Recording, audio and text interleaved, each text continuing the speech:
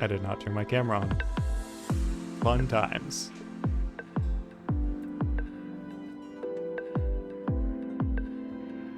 There we go.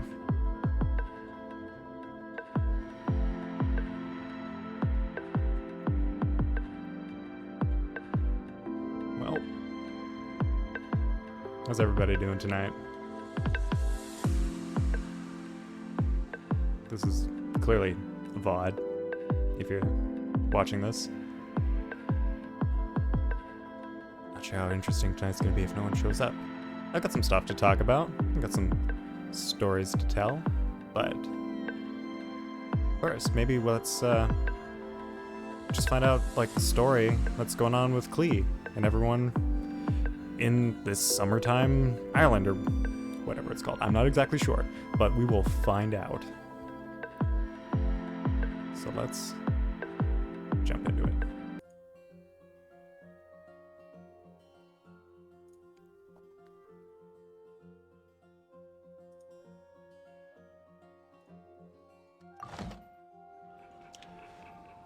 And as usual, I might actually be, losing resin. Oh, 152. Hadn't lost it yet. Good, I am glad.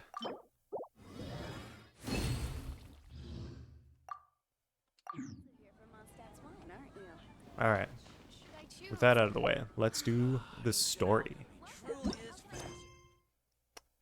Mysterious Islands, Journey to the Unknown.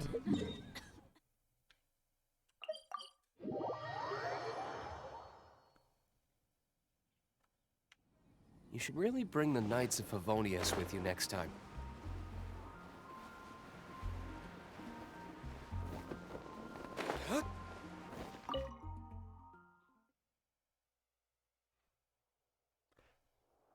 Oh, it's just starting. Alright, okay, let's go. Hey, it's Klee! Over there! That is Klee Paimon. Klee! We haven't seen you in forever! It has been months, for me at least. Like, since I did her character quest thing. It's absolutely been months, but not forever. It's Mr. Honorary Knight and Paimon!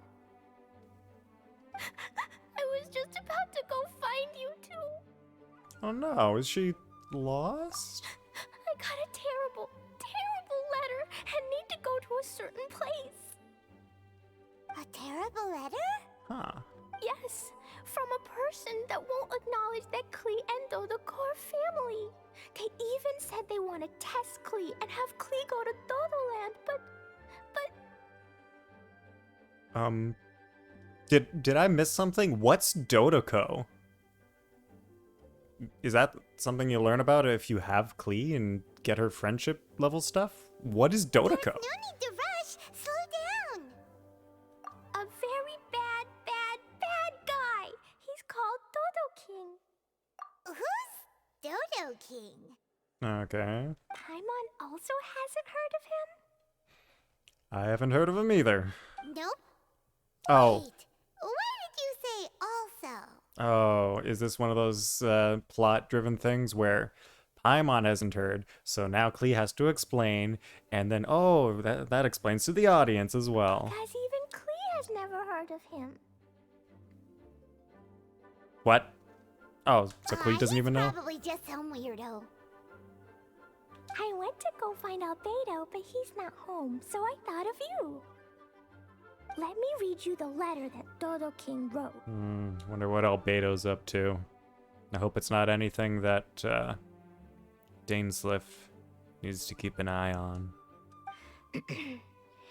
Wicked girl of flame, I am of the Dodo clan. Klee can't read this part. In the name of Dodo-King, you are not qualified to become Dodo-Ko's new family. Unless you bring Dodo-Ko to the Golden Apple Archipelago, light for, except the, I don't know some of these words. How old is Klee? Come and have a look. She's like crazy young. This word bird is Overlord, which means he's the most powerful guy around, and what he says goes. This part reads, light 4 beacons and knock upon the trialist's gate. Probably to accept some kind of challenge. How old is Paimon? She doesn't even seem much older than Klee. But apparently she's super knowledgeable about The Teyvat, last so... word is arbitrate, which means he wants to judge you. Well, good for Paimon, she knew that word at least. Tree? It's nothing good anyway. He'll judge and criticize you while pretending to be the good guy. That's not necessarily how arbitration always goes, but okay, Paimon. It sounds like he wants you to return Dodo-Ko. How could this be? Dodo-Ko is my bestest friend, so I'll never give Dodo-Ko to him. But he said he's the strongest of the Dodo clan.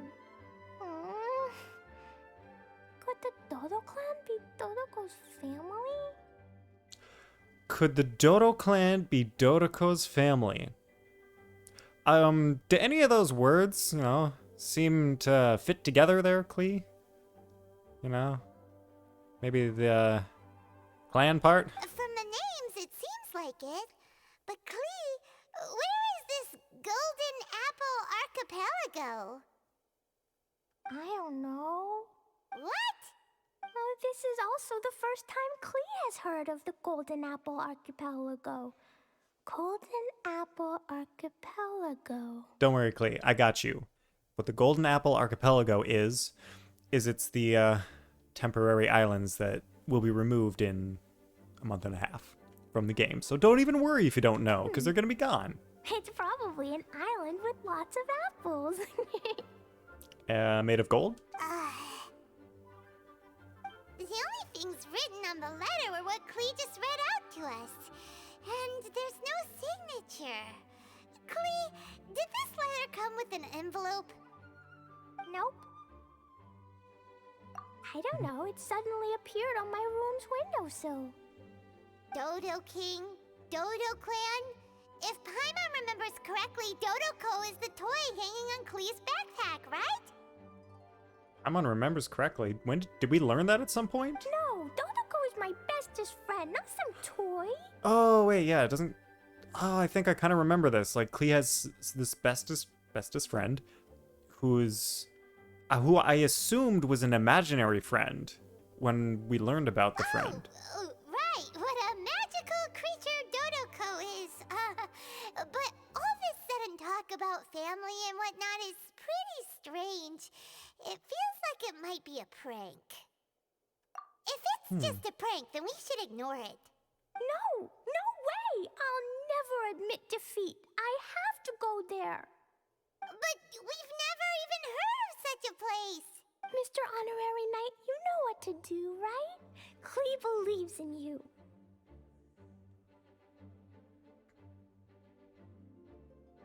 No. I know nothing. If we did know Not what me. to do,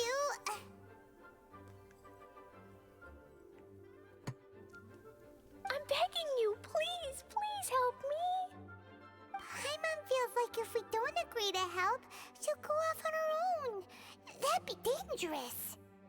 Indeed. Rather than letting Klee go adventuring off by herself, it'd be better if we accompany her.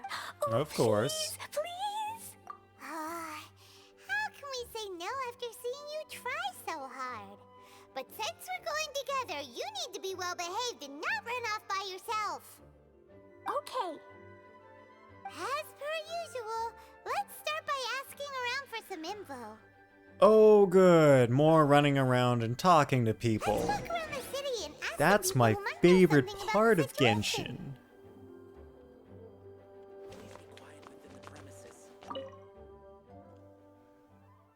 Alright.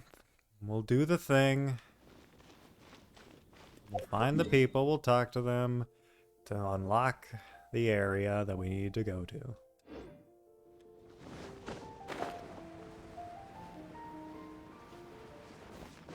Hey Herman, what's up, dude?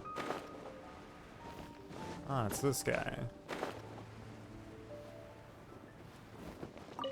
Cyrus, that's his name. Cyrus, we want to ask you about a place. You'll know it, won't you? Won't you? Oh? The little adventurer looks troubled. Have you all encountered some sort of problem? You could say that. Basically, we want to find a certain archipelago, but it seems no one's ever even heard of it. So we came here to ask you, a seasoned adventurer. All right.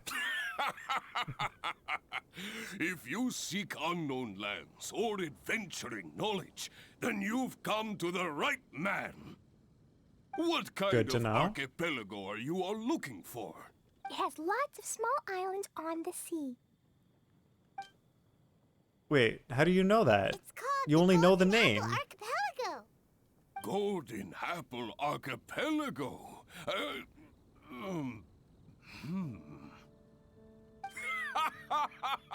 You're all amazing. You've managed to find a place that even I, the great Cyrus, haven't heard of. Well, I haven't found it yet. I'll just it's just a name. Could be fake. What? Come on. Even you don't know of it? Indeed, indeed. The land of Teyvat is immense. No person can walk its entire breadth. But do not fear, dear friends. You must have the courage to venture into the unknown. Who would have thought that even Cyrus, the branch master of the Adventurers Guild, wouldn't know anything? Could it be that these islands don't exist? Come now. Don't be like that. Why How not? can this be? Oh, Dodo-Go. Wait, that's how the conversation ends? Ha ha ha ha. He laughs and then just kind of says nothing useful.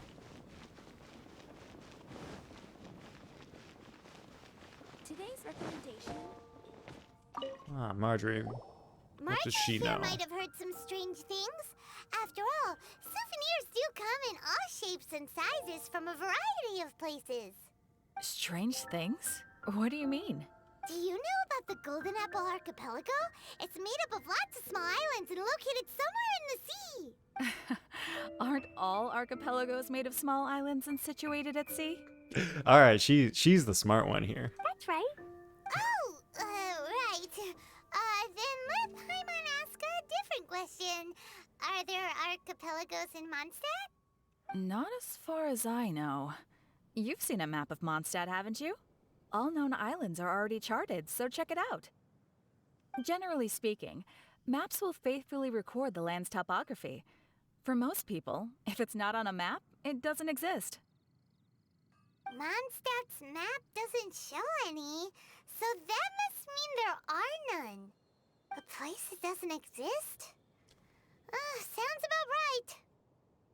There are other countries than Mondstadt, Paimon.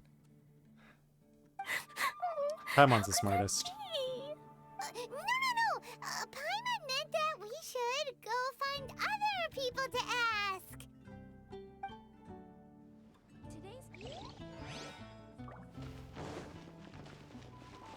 Oh, random night guy. Oh, it's Huffman. We've seen Huffman before. Mr. Huffman, do you know about the Golden Apple Archipelago? It's on the sea. Yes. They are all on the sea, Klee. Golden Apple Archipelago on the sea? This is the first I've heard of it. I mean, Are they islands that grow many apples? I guess. Is it like, can you have an archipelago like in a large lake? Is that a thing you can have? I don't know if that counts. So Maybe. you also don't know? Well, given that Huffman's always just patrolling the city. I do apologize. Dude knows nothing because all he does is sit around in Mondstadt. Very nice, Paimon. It's okay. What a nice forgive person. you. He wasn't actually Huh? apologizing. Really? Let's go ask someone else.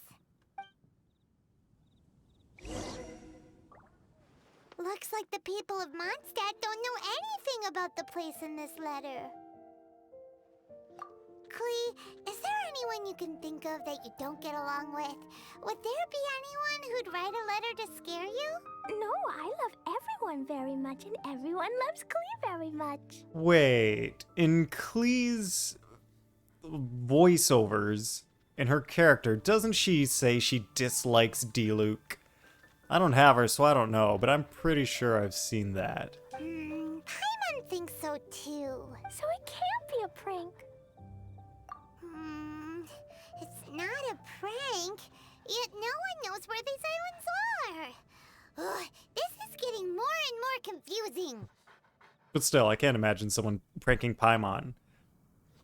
Other than maybe Chi-Chi? They might have some jokes, some japes. Is there someone even more knowledgeable we could ask?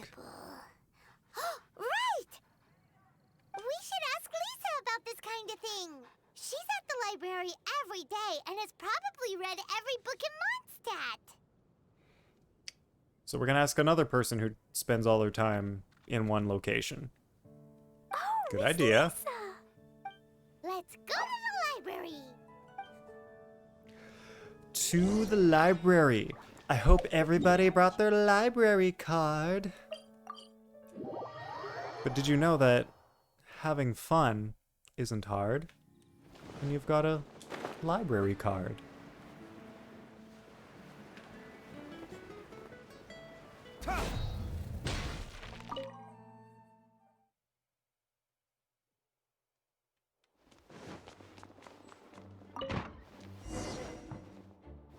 And there she is. Oh. Just jumps right into the conversation.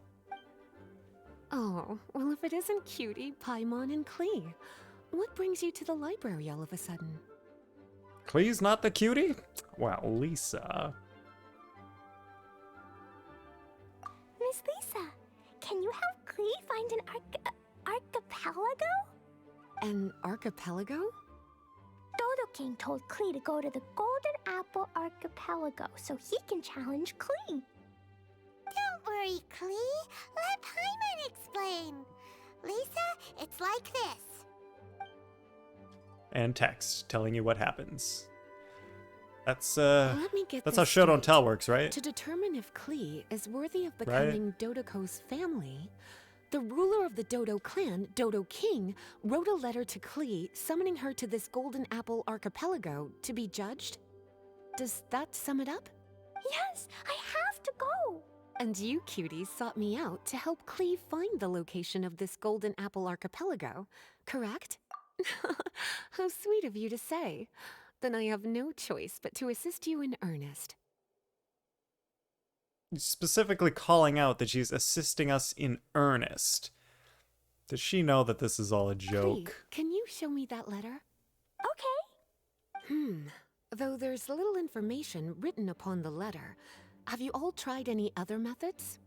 Other What? methods? The letter contains faint elemental traces that seem more like a hint than anything else. Maybe try using your elemental sight. Oh, right. Why didn't we think of that? Let's take a look. It's because we're all big old dummies, Paimon. That's why.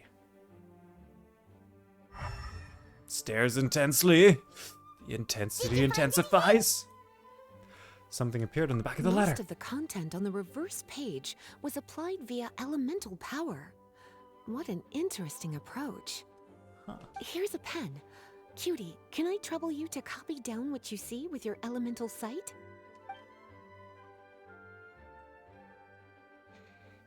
No cool montage of stuff happening? Oh, there's the islands. It's where we're going. The information on the reverse page is now clear.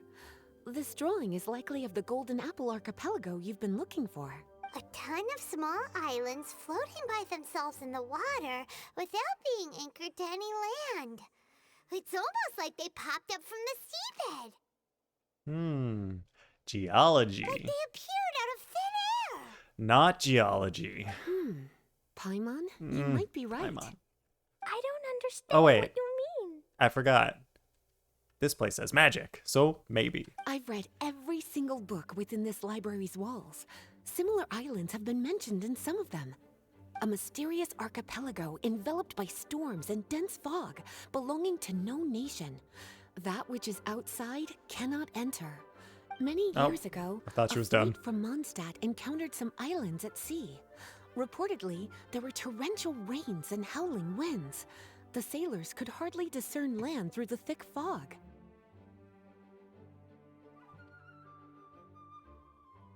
The islands weren't far, Oh, words, but no yeah. matter how much they sailed, they never grew closer. The sailors were initially confused, but then became terrified, as they believed they were hallucinating. Whoa, talk about mysterious and creepy. Unfortunately, the books do not record the location of these islands. I'm afraid that if you want more information, you'll have to find someone more knowledgeable than I. Wow, we're just going more and more knowledgeable people. Just climbing up that ladder. Lisa would be the expert on this kind of thing. I am but a librarian who prefers to stay inside with her books. What did I say when we were on our way here? What did I say? Someone who stays in one place, probably not going to know about a lot about adventuring and geography, I guess. Maybe the right word? Klee, Different locations. do you really want to go to those islands? It might be a very scary place. You think Klee's scared of anything? She plays with bombs. Klee's scared of nothing. Yes, I want to go. Bombs are her My, plaything. how brave. Far be it from me to scare a child, but Klee, you really should take someone with you, just in case. Someone reliable, like my cutie over here. Klee, you're not scared? I'm scared, Course but not. not being able to be Dodo-Ko's family is even scarier. Dodo-Ko is very important to me. I won't lose to Dodo-King. I'll need to ask for some time off so I can go to the Golden Apple Archipelago and find Dodo-King. Time off? Time off from what? Your full-time job where you work as a knight? What? That's child labor. That's not legal. Time off? Okay, here we go. That's right. Now we get an I'm explanation. a knight of Favonius. Master Jean told me that if Klee wants to go someplace far, then she has to ask for time off. She has to ask for You're gonna vacation ask for time. time off. Now? We still don't even know where these islands are. Cutie, judging by the look on your face, you have an idea, don't you? I have some impressive friends in Mondstadt. Who are we asking? It'll be up to you to get Jean's approval. I'll stay here and silently cheer for you all while enjoying a book and some tea. So, not really doing anything to help. Okay. That's cool. That's cool. Luckily, Jean is not far. Oh, hey. Master Jean! Jean and I Barbs. want to ask for some time off because I want to go somewhere. Klee? Oh, and it's the honorary knight in Paimon as well. It's been a while, everyone. How have you been? Barbara's also here? Wait, How rare. have we seen Barbara and Jean together at the same time? Is this the first time? Did we interrupt a sisterly moment? Oh, of course not. Klee, why are you requesting time off all of a sudden? Klee's going to the Golden Apple Archipelago to meet the Dodo-King, or else he'll take Dodo-Ko away. Dodo-King? Take Dodo-Ko away? He doesn't think that Klee is worthy of being part of Dodo-Ko's family. I need to prove myself. Mr. Honorary Knight will help me, right? Traveler, Paimon, is this so? I mean, like there are rewards on the island and primogems, so what else am I gonna do? I've never heard of the Golden Apple Archipelago. Where is it? I've also never heard of it. Me either. But Miss Lisa said that someone must know. So it's a place that even Lisa doesn't know? I see. Wait, why do I have a hunch? From what you say, it Or seems to Aether. be quite a mysterious place. Why does he have a hunch? I sincerely apologize, but I cannot approve Knight Klee's request for time off. Huh? But why? I must go! Even if these mysterious islands do exist, we cannot determine if they are safe or not. I cannot allow you to journey into a potentially dangerous place. But if I don't go, Dodo-Ko will be taken away. I don't want to lose Dodo-Ko. Oh, Klee. Moreover, how do you intend to reach the islands? Without a safe and reliable plan drawn up, I'm afraid I cannot give you my approval. All right, Jean. Maybe lighten up a little bit. Like, I get that you're ahead of the Knights and you're trying to keep people safe. But I want my Primogems. Psst. Honorary Knight. Barbara, is Barbara winking at me? Oh my. Outside. Well, she literally did wink. Can you think of a way to get to the islands? Oh, Venti might know a way. That's who we Got it in know. Just now. We're on the same wavelength as expected. Venti? Oh, he's a magical bard that Paimon calls Tone Deaf Bard. Can he help me? He's our friend. We'll so find out. Definitely help. If he's a friend of the Honorary Knights, then things will work out for sure. We all know how reliable the Honorary Knight is. How I about guess so. this? I'll try to persuade Master Jean. You all know she's a serious person, so I think it might take some time. Klee, trust me, okay? I'll do everything I can to help you. Okay, I can wait. Wonderful. Tomorrow afternoon, let's all meet at the plaza outside the cathedral. I'm sure I'll have some good news. Just leave it to me. Sure thing. And it was perfect time for me to get some water. BRB.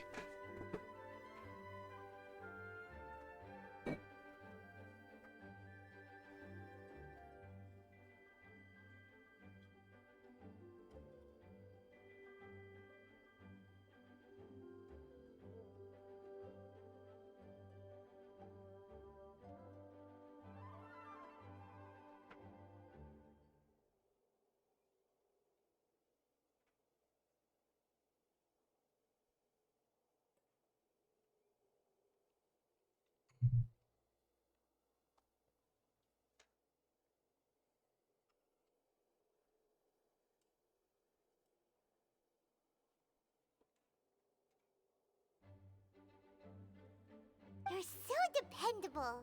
Do your best, Barbara. Yep, that's what we know about Barbara. She's dependable. Wait until the next day and go to the square from 12 to 1800 hours. I almost translated 1800 hours to 6 p.m. But gotta work with that 24-hour clock.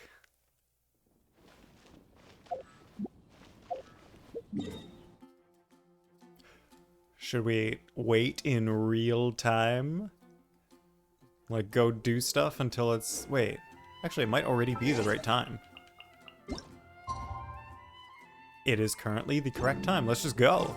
Let's get there. Wait, I can just warp.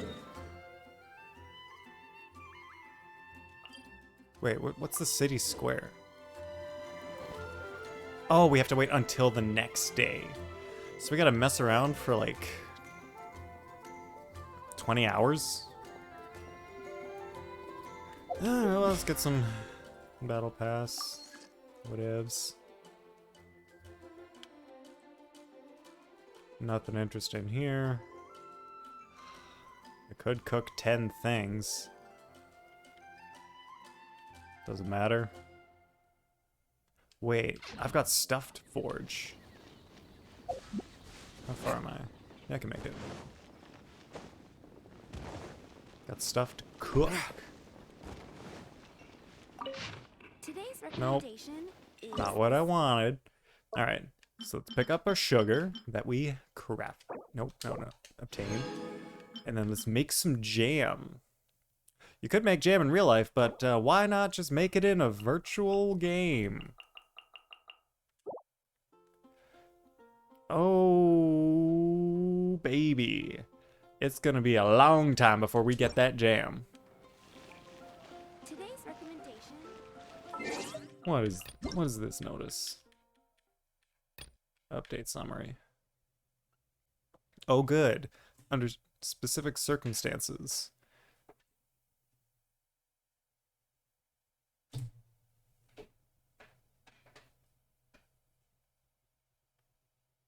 Okay. There we go. Video's back. All right, under specific circumstances, a black screen will appear during the story quest. Mysterious Islands Journey to the Unknown. Travelers who encounter this issue exit and restart. Will resolve. 12 hours. Oh man, so there's a bug. Wait, Mysterious Islands Journey to the Unknown. Is this the quest we're doing right now? It is. So, there's a bug in the quest that we're doing right now. Ugh. Well, I'm sure other people have already completed the quest, Guess so we can rest a bit. it's probably... It's fine. It's fine. It's probably fine. But, in the meantime, we can do some stuff to kill a bit of time. Wait, is this where we gotta meet? Yeah, let's just keep going with the quest. Well, nah, let's mine a bit. Just do the Mondstadt area.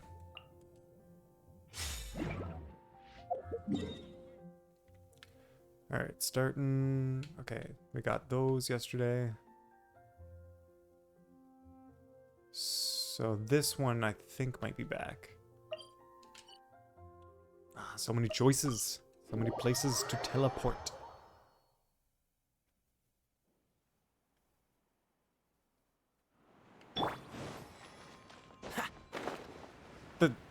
The crates are gone.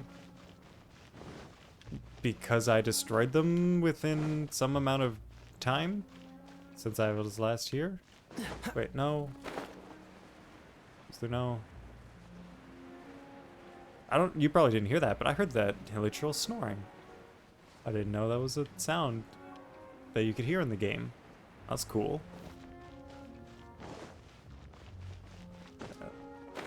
Now let's check this direction. For a crystal chunk. Just one crystal chunk, you know. All this work for this one crystal chunk. Was it worth it? Who's to judge what is worth and what is not? 'Tis only ourselves that have that power.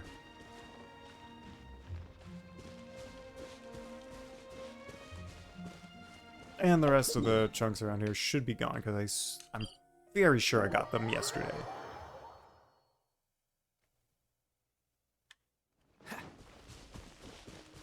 And yes, I also got these yesterday, so the Storm Terror's lair area should be void of all crystal chunks.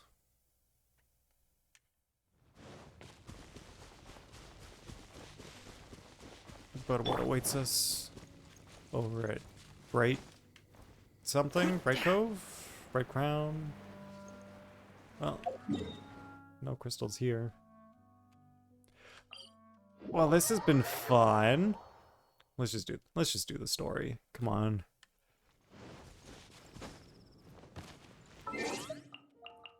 At least naturally it passed the time, so then we can go over to 12. It's time. Let's meet up with Barbara and Klee at the plaza. Okay, Paimon, it wasn't... Okay, it's time now. So, you're a few hours too early. This is not the plaza. That's the plaza up there. Doesn't really feel like a plaza up there. Nothing really, I don't know, happens. Doesn't really feel plaza-ish.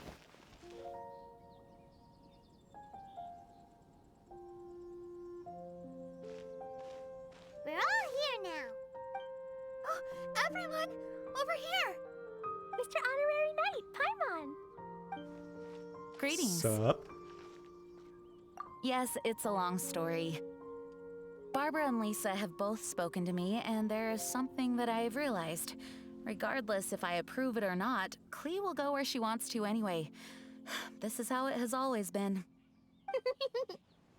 We all know Klee. Uh-huh. Rather than have her run headlong into danger, it's better to agree to her Tenendale. request. Night Klee, your request for leave has been approved. Wow, I'm so excited! However, there are conditions. In Oh, exchange, are there? I will be accompanying everyone to this letter's Golden Apple Archipelago. As for the night's affairs, I have entrusted them to Kaya. Work has been busy and I shouldn't leave, but I wouldn't be able to stop worrying about Klee. So, please allow me to travel with you. It'll also give me an excuse to get a new outfit that you can purchase in the store. Alright, there won't be any problems if Master Jean comes with us. Big Sis, I mean, Master Jean also suggested that I come along. Barbados forbid, but I can assist if someone needs medical treatment during our journey. We're so lucky to have Barbara too. Miss Barbara, Master Jean, you two are so nice. I promise I'll behave. Why do I not believe her? Klee, you always say that. Ha! I hope you will abide by your words this time. She won't.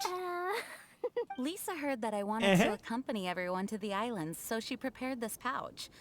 Supposedly, opening it will reveal a new way. New way? You mean a way to keep Klee out of trouble? She said not to open it until we've reached the islands. Is it I chloroform? think it might be something to use in case of an emergency. As expected of Miss Lisa, she's been thinking of us this whole time. Anyway, our next step is to find the bard, right? I just asked the people nearby. They said that he hasn't performed at the square today and that he likely went to Windrise. What are we waiting for? Let's head to Windrise and find Tone Deaf Bard. Why would Venti go to Windrise? Wouldn't he go to Angel's Share? Come on, Angel's Share is Venti's hangout place. Let's... Like, he can't sing. Well, I guess he could sing over at Windrise, but he wouldn't be able to sing to someone. He can't get drunk at Windrise. Oh, didn't even have to fight the slimes. T, we found you! If so many people are looking for me, then I suppose it is something important. Venti, do you know the Golden Archipelago? This is Golden the Apple map of the Archipelago? islands. Ah, yes, that That place. place. Congratulations, you found the right person. Because I forged those islands with my bare hands. Wow, you really do know. So, now they're called the Golden Apple Archipelago, huh? They used to be known as the Har Islands. They're located on a stretch of sea that's particularly difficult for the average person to reach. Not to mention, the area has strong storms and thick fog year-round. Ships can hardly approach the island, let alone dock. Why do you guys wish to go there? I'm going there to meet Dodo-King. He said he wants to test Klee to see if she's qualified to be Dodo-Ko's family. Are you nervous? Oh, so Venti just sounds like he's like, yep, that's a true thing. I will not give in. Master Tone Deaf Bard, you must help us. Oh, he's picked up Paimon's nickname for him. How wonderful. Master Tone Deaf Bard? Interesting. I like it. You're a bad influence, Is this Paimon. Paimon's fault? Of course. Of course. I didn't mean... I'm sorry, Paimon. I didn't mean to yell, but everything is your fault. Imagine if that actually ends up being, like, true. The entire, like, Teyvat chapter storyline thing is all her fault. Like, she's some god and she's the unknown... No, wait. I think we kind of know that she's not the unknown god. Or maybe she is. I don't know. Who knows? Fear not. We know it. Since you wish it so, Master Tone Deaf Bard will lend a helping hand.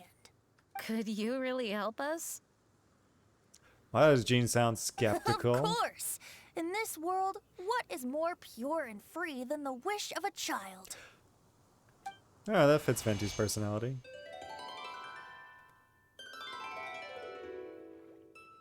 What a beautiful sound. Huh? Is the wind picking up? Are we gonna get like Wind Wait Wakered just a over there? moment. He'll be here soon. Is it? Are we gonna ride to Valen? Oh, baby. Riding the dragon. This is a secret between us here, so don't tell anyone. What are the four winds? Oh, my dear poet, you have my utmost gratitude for the aid you have provided us. Jean is so not into this. Acting Grandmaster sure is formal. What wonderful expressions you all have. I'll see you off here. May the winds bless your travels. Oh, you're not coming with? Oh, okay. I mean, like, would have been nice to have someone who knows how to ride a dragon take us, but okay. We'll just hang on for dear darn life. This is as far as I go. It would be cumbersome for me to proceed further. Please, exercise caution. We don't even know where we are.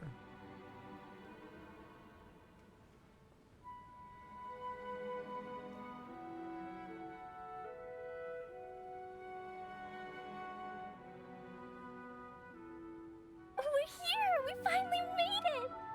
Tone Bart sure knows when to pull out all the stops. Suddenly letting us ride over on a dragon? Paimon almost got blown away! That was my first time riding on a dragon's back. My heart won't stop pounding. Somebody clip that. Is everyone all right? Yes, I'm fine. Master Jean, just who is that bard? Well,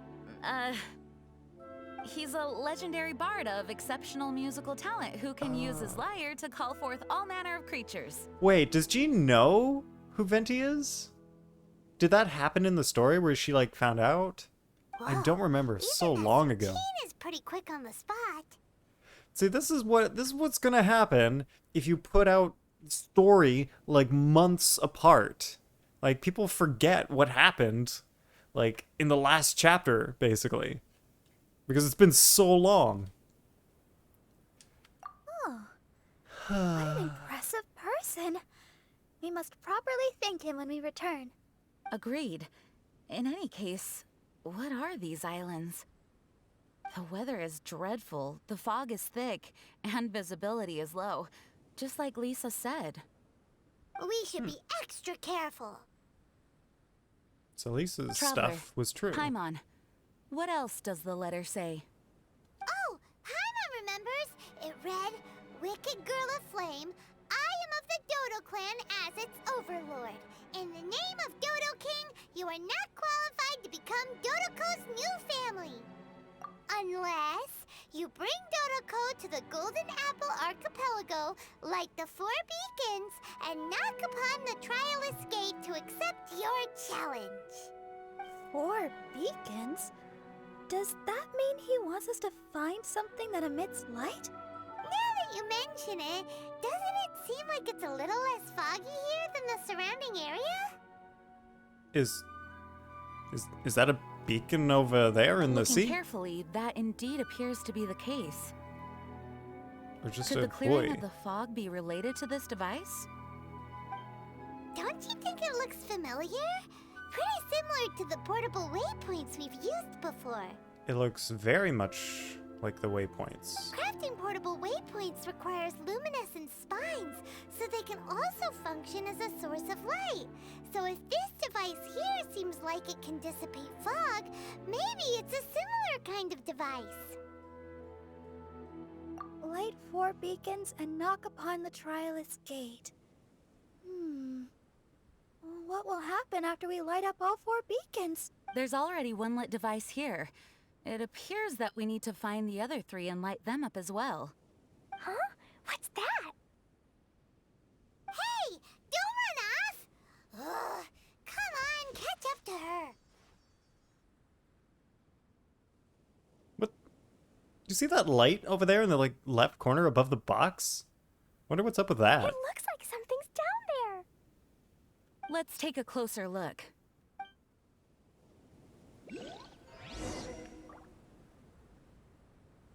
I see a boat. And a thing. Oh yeah, this is the thing. Echoing conch. But the General's a good guy. He protects us. I've told you, it's too dangerous. Hey, where are you running off to? Huh. It looks like these are memories of events past. Are there... Whoa! This is what the thing you find in domains. That's interesting. Is this essentially set up as a domain? Wait. A boat? Well, I wanted to see the statue thingy that was there. It looks as if someone has been awaiting our arrival. Are we really supposed to sail in such Yeah, that thing. terrible weather? I mean, it's kind of hard for you to see what I'm pointing at, but like, the stone thing with the red orb in the middle. I'm afraid that appears to be the intention. Everything about these islands is a mystery. Regardless of what lies ahead, please proceed with utmost caution. Oh, it's the Wave Rider. It's a very mysterious waterborne vehicle that can be summoned to its skipper's side using a Wave Rider waypoint. To get close to the Wave Rider to board and set sail, you can summon it from a Wave Rider waypoint at any time, but one person can only own one Wave Rider. Wave Riders can accelerate. I'm just going to read this in my head.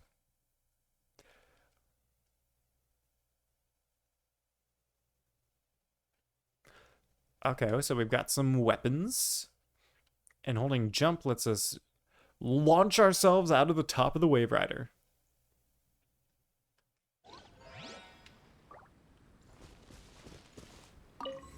Oh, alright, unlocked. Alright, let's see what we got. Yo ho ho and a bottle of dandelion wine? Is that it? Yo ho ho and a bottle of dandelion wine.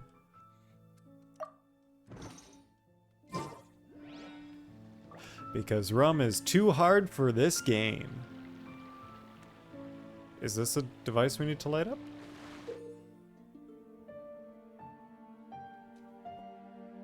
Okay, so we got beacons.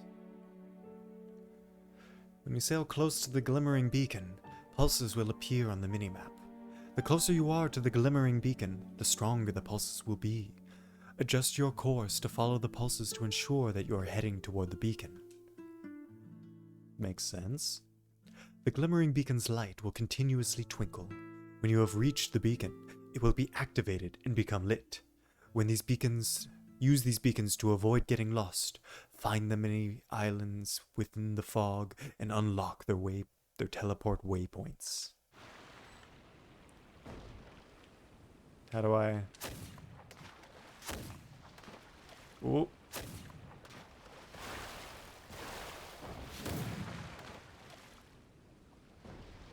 Did it just tell me how to light them up and I wasn't paying attention?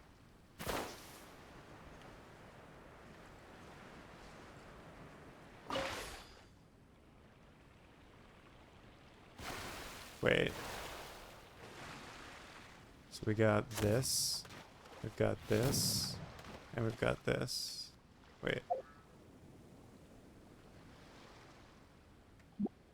Hey, largepoggers. How's it going? It's going okay. I have no idea how to light this beacon. I don't know what I'm supposed to do. But maybe I just, like, follow it? Have you done this quest yet? Oh, you just have to sail past it. Okay. It told me to light up the beacon, and I was like, so I I thought I had to do something, but it just happens automatically. Nice stuff. So how are you doing, large poggers? How was your day?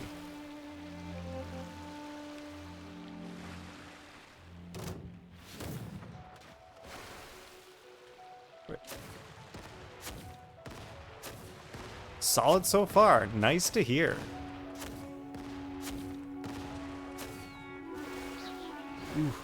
Alright, attacking time. Oh, good. Wait. Oh, nothing big happening. Nothing big. So are you just like mostly, are you like kind of on vacation time right now? Like time off from school?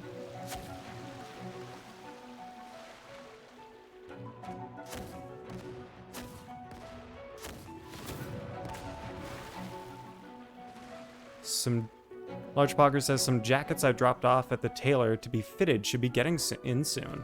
Nice. Man, jackets. Like specifically suit jackets, I'm guessing? Oh wait, I can just jump out. What am I doing? Well, on vacation from college at the moment. Nice.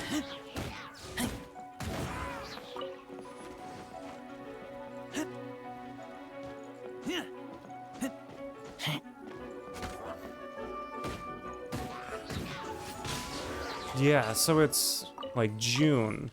So I'm guessing like this is your summer vacation and you're off until September?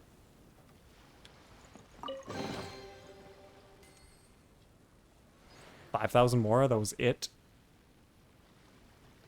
Thanks, miHoYo. Pretty much. Ah, cool. And 2 suit jackets and a regular jacket. Fancy, dude.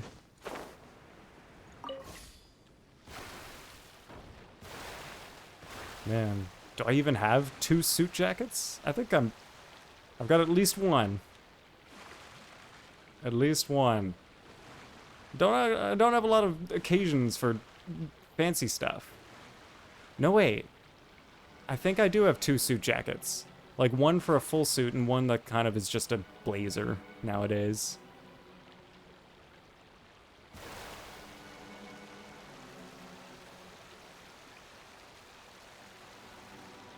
Huh.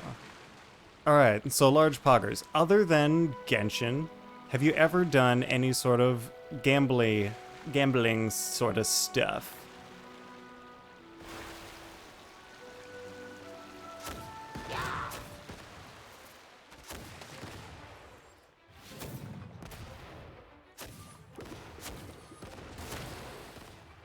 One's all you really need. I have 2. Oh, 2 for debates. That's a good reason to have multiple. This gun is not very powerful. Look at how many hits it takes. Ooh.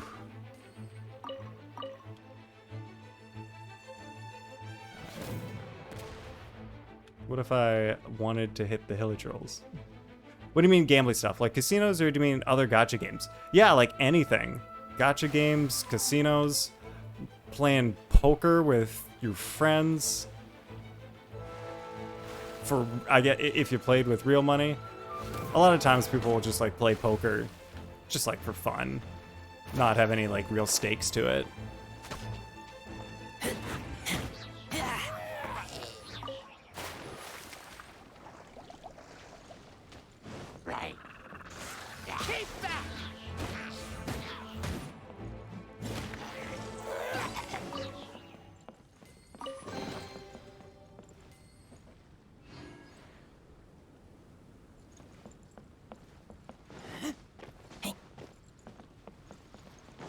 Whoa, my boat is healing itself. That's fancy.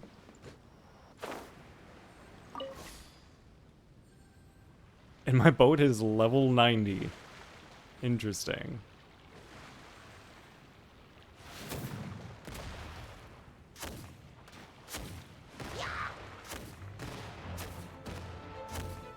For a level 90 boat, it doesn't do much damage.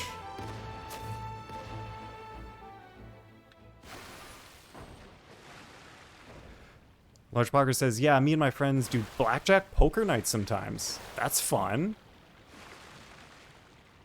Play with chips, though. Yeah. Yeah, it's nice, like, just to be able to play with chips. And then nobody gets mad or anything if you lose any money.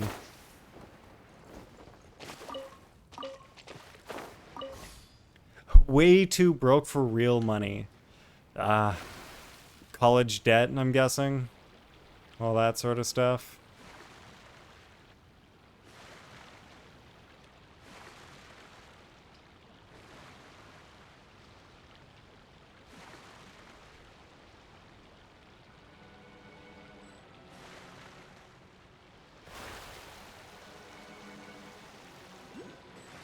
We really fit into the broke college art student stereotype. Ah, I see. I guess photography would be in the arts faculty. That makes sense.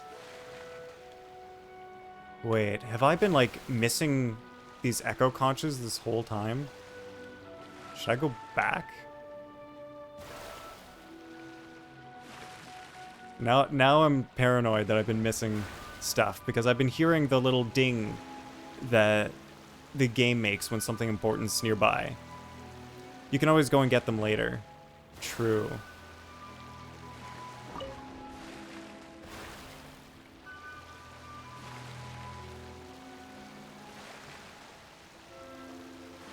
I think there was only one that I missed.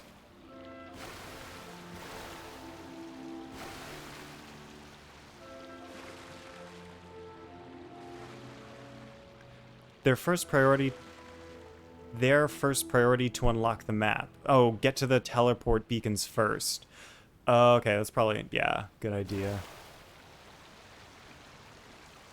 Oh. Yeah, because this area of the map's unlocked. Like, I can see it, because I've unlocked, like, the teleport beacon. So now I gotta follow these things. Let me just do a 180.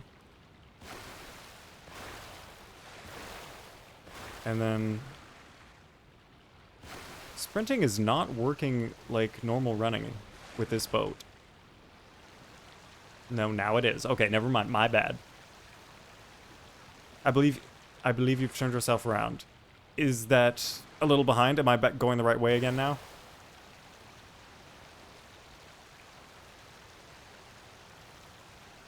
That was okay. Got it. Yes, I did that 180. I'm on the right track. Thank you for the guidance, largepoggers. Alright, so somewhere around here, I guess, is the teleport. Oh, it must be... like, I see it on the mini-map. Oh, so I'm oh, there we go. Now there's less fog. Cool. Glimmering beacon activated. Well, I guess I could stop off at this island for a second. Wouldn't hurt. Mighty and illuminated wave rider. What was that for? Alright, I guess that's a thing. Happy to help. When I first did this quest, I was bumbling around the map for like 20 minutes. Yeah, I feel like it's pretty easy to bumble around like in the fog when you can't see very well. It makes sense.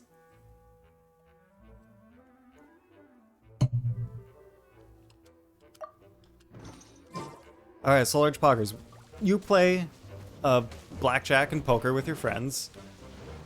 How good would you say you are at, you know, like having a poker face?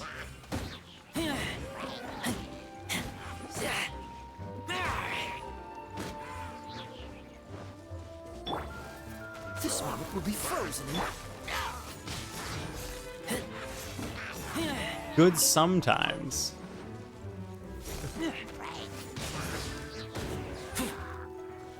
Wait, there's more. Oh, this guy.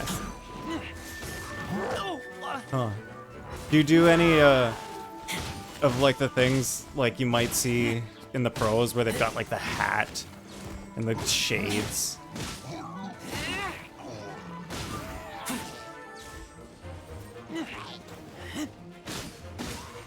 To try to hide their face a bit more. You did theater a bunch throughout your childhood, so you learned a bit how to act. Ah, okay, that makes sense. Alright, watch this. Alright, so the cam only gone for like a second. I then did a little update, so it shouldn't be so bad now. But sometimes I'll just get a good hand and totally show it on your face. Largepoggers. Maybe you need some more practice. Or maybe you need to get good hands more often, so you just get used to the feeling. Then it's easier to hide it. But of course, as we know from things like gambling, yeah, you definitely need more practice. Yeah. But yeah, I was gonna say, of course, as we know from gambling, getting good stuff does not happen very often. Except for you, when you're pulling for a sack sword. You just get them all the time, apparently.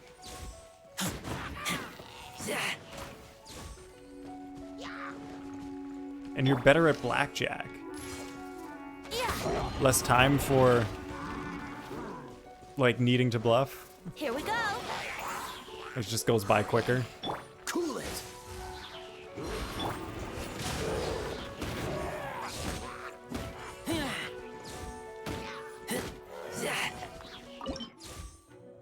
Yeah.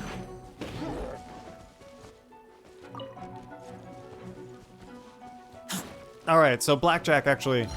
Oh, this guy. And I've got no pyro. Oh, so sorry. Oh, how lucky. Maybe he'll just fall down the cliff. Will he fall down the cliff and die? That would be incredible.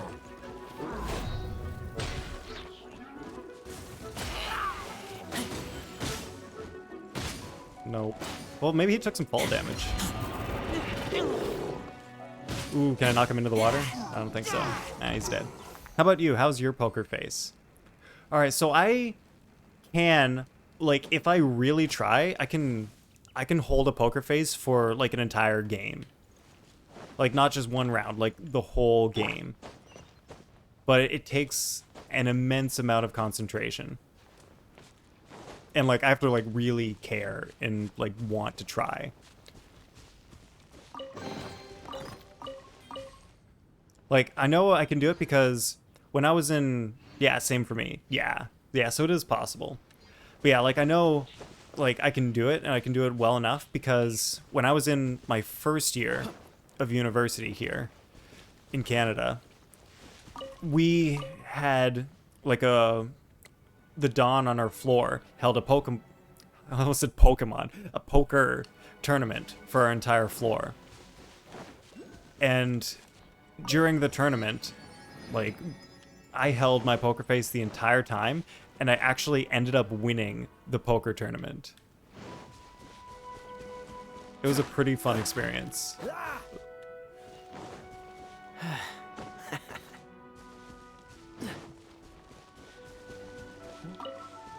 Nice. Thanks, Pogs. What did you win? I don't exactly remember. I think I might have won, like, a coupon for free pizza or something? I don't know. Just little things that you allowed to get in university from your floor, Don. Nothing major. It was more like just for fun. Time flies. In the blink of an eye, I've grown old. Worth it. Free food. Always worth it. Come to Grandma. Oh, goodness. Someone's growing up fast, aren't they? You're not a small child anymore. Huh. I'm guessing these conch things are, like, telling a story. What do you think this might be? It's a family heirloom. Grandma's ancestors brought it with them when they came here many years ago. Today, Grandma is giving it to you. take it. And remember this nursery rhyme. Yeah, and you got to meet new people probably. I think I did. Yeah, like it was a fun, like it was a fun tournament, and like you kind of get to know people a little bit just by like seeing them try to play poker and see their poker face and see like how they bluff. Like it is an interesting way to like get to learn a bit about people. One river flowing down the middle. One river flowing down the middle. Wonder if that's a What's clue. the hurry? Oh, for sure. Yeah.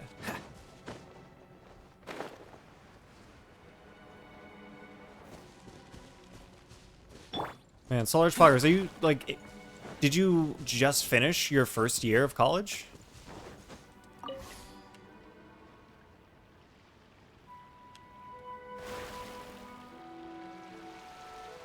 Basically.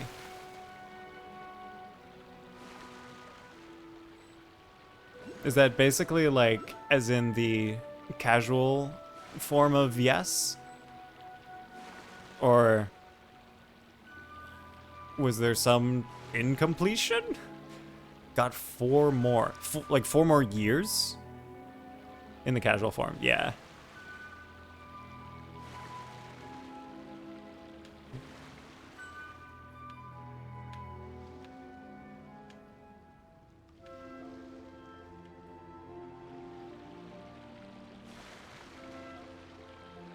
Wait, maybe I should have stopped off at that island.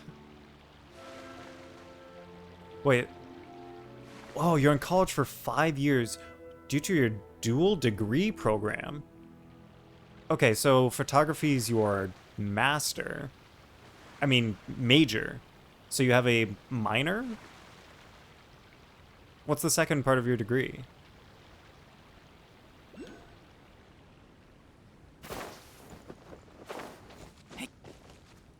Oh, 2. Oh, yeah. Okay, that's how dual degree works. It's 2 majors. That makes sense. Oh, photography and psychology. Cool. Dodge this. Think you can get away? Brace yourselves. Man, photography and psychology. That sounds like a lot of work to do. But I guess, like, spread out over 5 years, it's doable.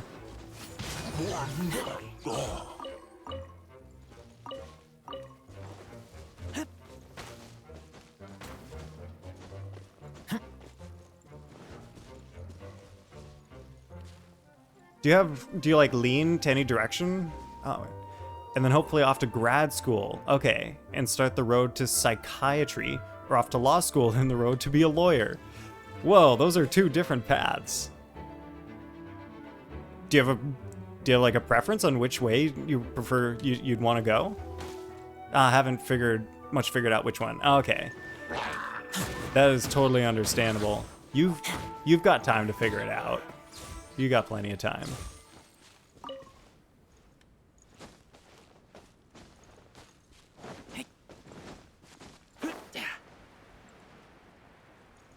Yeah, you're taking these 5 years to figure that out.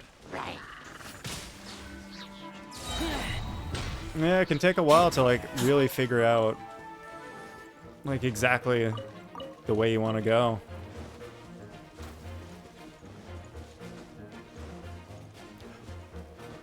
There's a... Well, wait, no, I thought that was like a fancy bird. It was just a Hilichurl lying down. And I might even say forget all that and go in another direction. Yeah. There's always that possibility.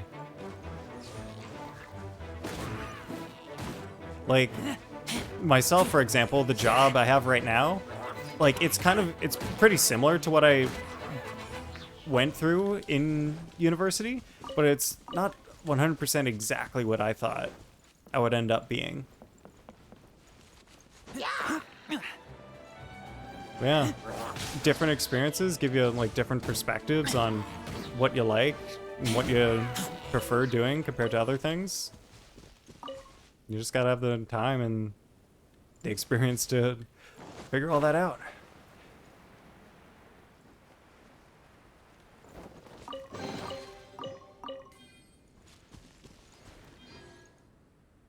Yeah, probably thinking that you do A, but you ended up doing B. Yup.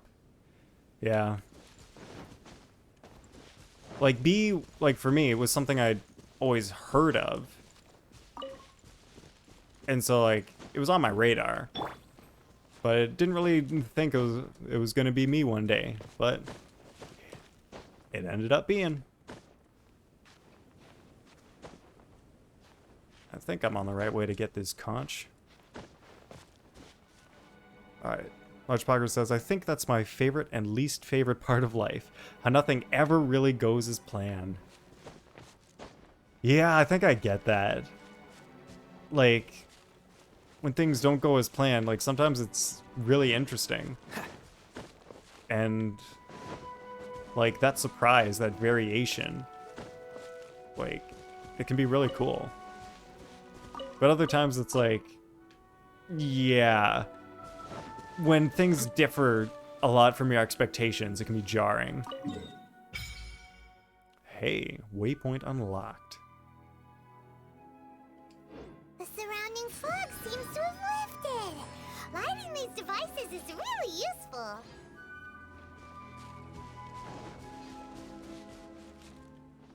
Now, where's this conch shell? Oh boy. A thing to get rewards. Well, let's switch the team up.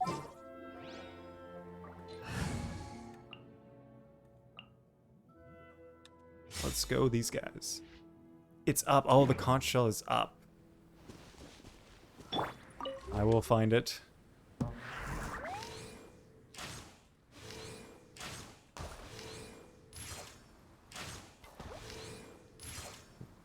Last one.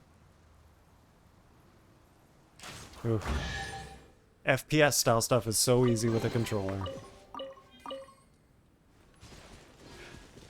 Yeah, during the Windbloom event, I switched to keyboard and mouse just for the archery part of it. Keyboard and mouse is just so much easier for aiming.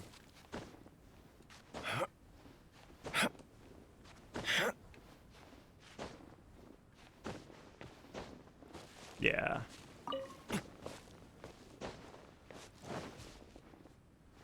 Wait, but the map's all like, it's this way.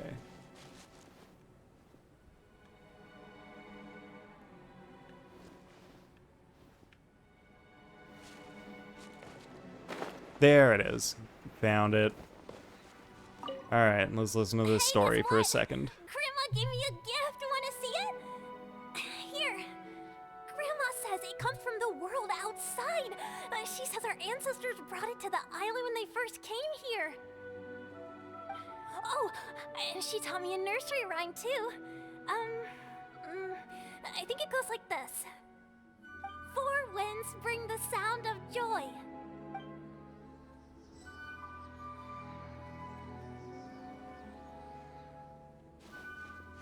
Alright, back to the boat we go. Another clue, possibly. I guess so. Alright, you know, this new area isn't too bad so far. Like, I'm looking forward to when it gets, like, a bit more summery. And it's more like a beach party. I kind of feel like having some beach party times.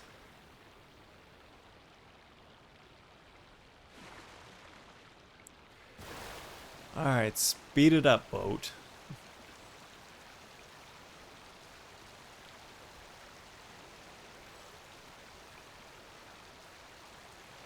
It gets summery when you unlock all the teleport waypoints. Okay, cool. Deja vu. All the fog clears. Oh, okay, sick. That'll be nice times.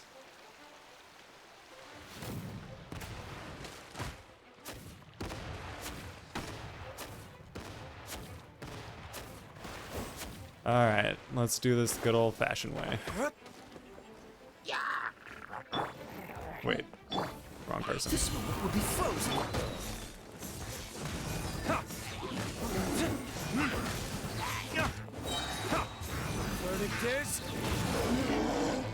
Whoa, he didn't die from that? These Minitrolls are strong, or I'm just weak. And there's only 3 waypoints in total, so it shouldn't take too long. Alright, cool. We'll get there.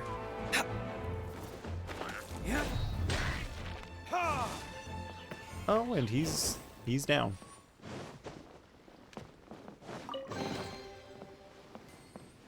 Wait, can I see your D-Luke build? All right. You get to see my poor D-Luke build. Alright, so Wolf's Gravestone, level 90, gotta have it. Level 80 D-Luke, and then 2 4-star artifacts. Fun. Alright, we'll start left to right. Only level 16 flower because, yeah, never landed on crit rate. Never landed on attack percent. Only landed on flat attack and elemental mastery. Which I guess elemental mastery isn't terrible on D-Luke, but you gotta get that crit. This one, it landed on everything once and attack twice, I believe. So, not the best, but it's okay. At least this is an okay artifact. This one is just because it has some crit. Yeah. Thanks, Pogs. That previous one was good. Yeah, this one is just because it's got crit and elemental mastery main stat. I don't really have any others that are like even as good as this 4-star, so this is just what it is for now. This one is because it's a pyro damage bonus main stat and Crimson Witch of Flames. Like, I needed to complete the 4 set of Crimson Witch because that 4-piece set bonus is really helpful on D-Luke. And then this crit rate circlet, at least it landed on crit damage a few times, which was cool. But then it landed on flat attack and some elemental mastery. So not the worst thing in the world, but could be better. Yeah, the main thing I really need to do is replace these 2 4-stars. Then it'll be better.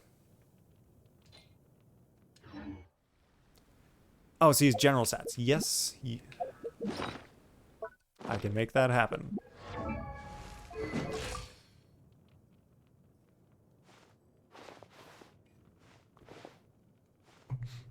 Yeah, that crit rate.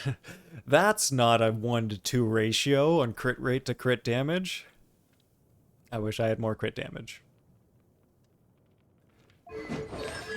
Talents. Level 8s all around.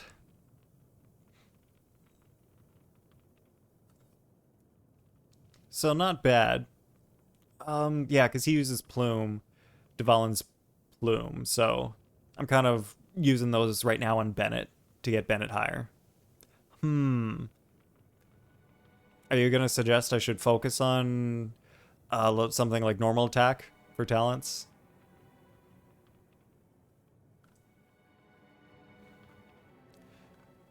Then why are your E-skills only doing 5k? Confusing. Do yours do a lot more? Do you have D-Luke, or have you like seen people's D-Lukes doing way more with like level 8 talent?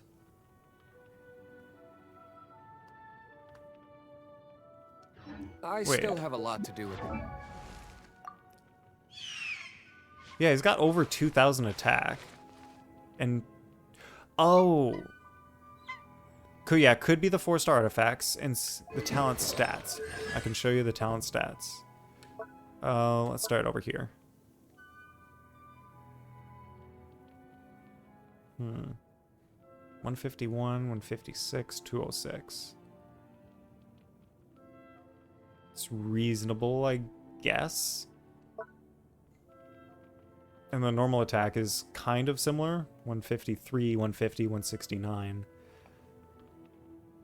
Oh yeah, but if you do like the attack where you alternate between normal attack and your E attack, then you're mostly just hitting that 1 damage at 153%. How much pyro damage does he have? Okay, that brings up a good point. My pyro damage bonus is 49.8. So, if I had maybe a 5-star artifact, instead of like this being 34.8, it would be 46.6. So I would have an extra 12% attack. Yeah. I mean, extra 12% pyro damage. So yeah, that's probably what's holding me back. Yeah, I just need to... Like, I guess maybe I could try to level up this Elemental Mastery artifact, but its substats are so bad. I just don't want to. Does Diluc get attack or pyro damage when he ascends? He gets crit rate, I believe.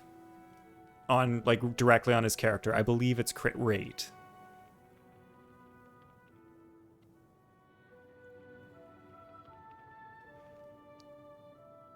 I wonder if there's a way to... Yeah. I wish there was, like, a better way to see that sort of thing. Because, like, I could take all of my artifacts off Diluc and then see if he still has crit rate. But then I gotta put them back on, and that's a thing. Would you mind popping off your crit hat and showing me the stats? Okay, yeah, I can do that.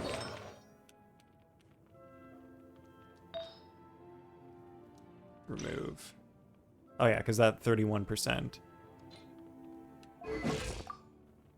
Yeah, so he's still got 44.8. Which is pretty high for not having a crit hat. So I'm pretty sure that kind of confirms his crit rate character stat. Would you like advice on Diluc?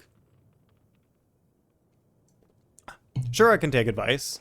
I've just been going like kind of like the general community says, like if you've got Gravestone, you put Elemental Mastery on your sands and then like pyro damage on your goblet. But yeah, go for some advice.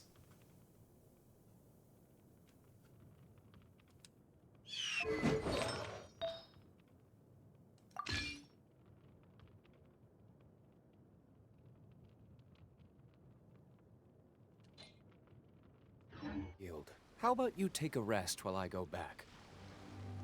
Largepogger says, I think the game plan here is to get a crit damage hat that gives you at least 6% crit rate. Okay, so I need a crit damage hat. I do have one. That's another crit rate. I've got one somewhere, but its substats are terrible. Yeah, it's defense and HP. So... yeah, like I kind of figured, like once I put on the crit rate hat, that I should have a crit damage hat, but I have much higher crit damage. Yeah, it's my only crit damage hat. Like, is it still better just to do the crit damage hat anyway, even though it's got terrible substats?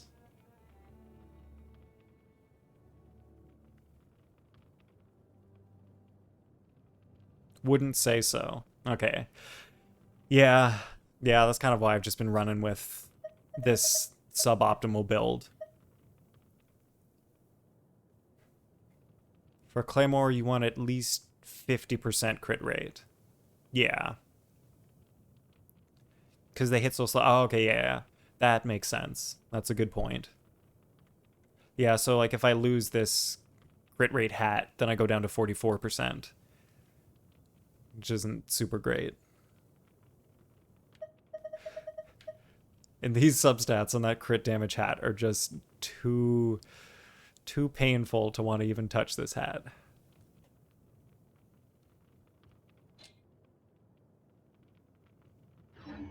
You should really bring the Knights of Favonius with you next time. And the E skill between normal attacks combo is great within Chongyun's ice field, so you can get constant melts. I do have Chongyun, but he is not prepared for battle. Not even close. I run Diluc. Okay, so this team, this is just my friendship team. This is not like a team I would run in Spiral Abyss or anything. Oh yeah, you don't really need him built. That's true. Because you just need him to E and then he goes away. That is fair.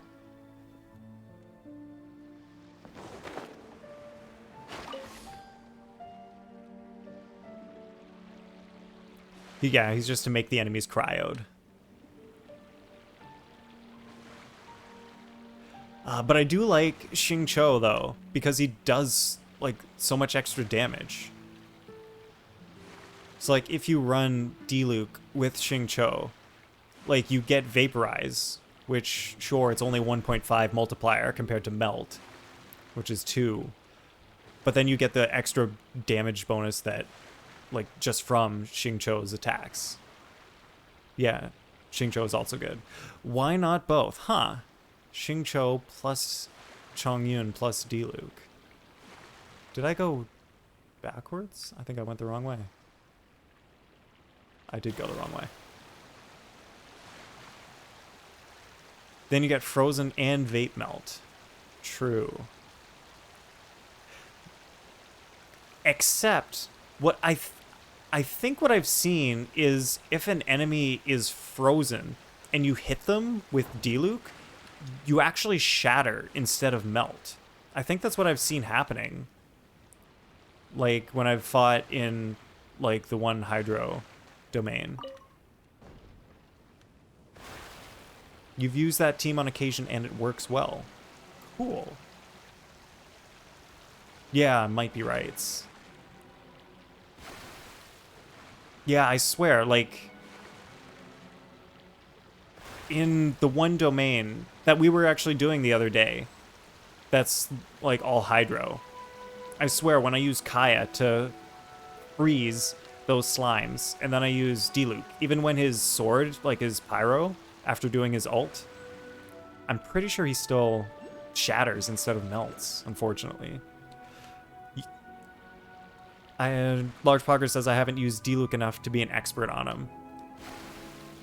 So you have Diluc, and like you don't really use him.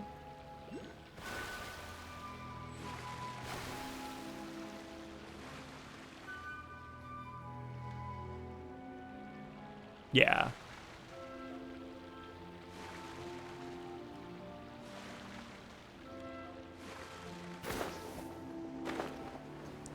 You prefer Hu Tao or Yanfei for your pyro needs? You have Hu Tao? Seriously?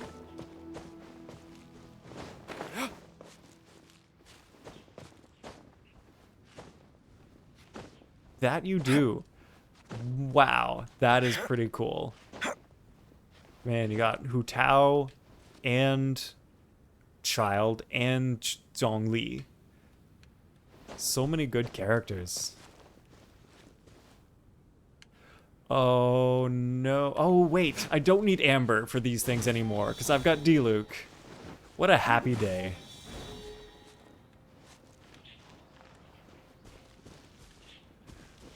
Where is the other one?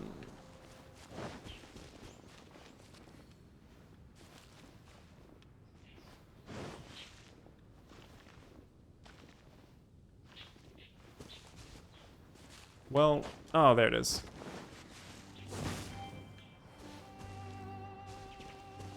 Well, let's just grab this thing for a second. I've seen it with my own eyes. People disappear into the fog and never return. So please, do not put yourself in danger. Largepoggers says that's literally the only use for Amber late game. Puzzles. It is so true. Or if you're late game and you've got so many resources and you just want to flex, then you bring out Amber. Triple crowned Amber. Wait. Oh.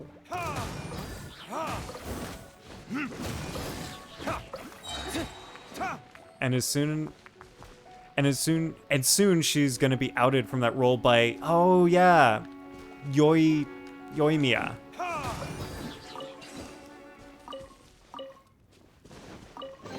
Man, that new character, she looks pretty nice. I really like her design.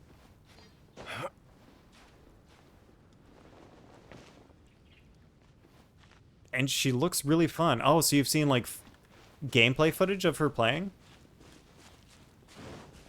I have not. I generally I don't really look at preview stuff too much.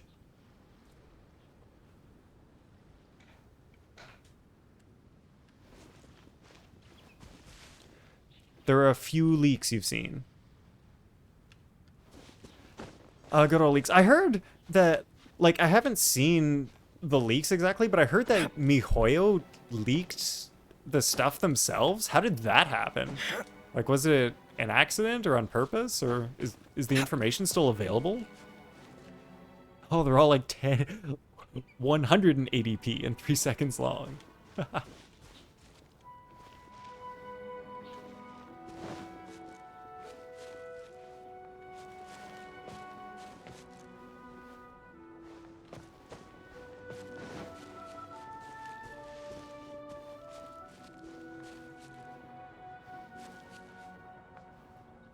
Now let's just fly around.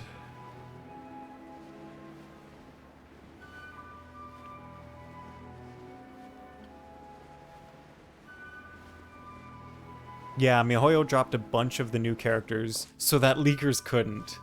So they leaked themselves so that other people couldn't leak instead. Well played, MiHoYo. Well played.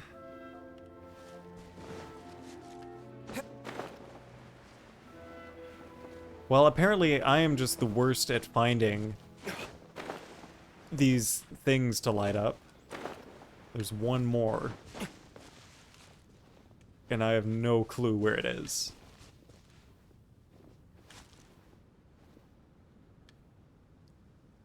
Maybe that ledge?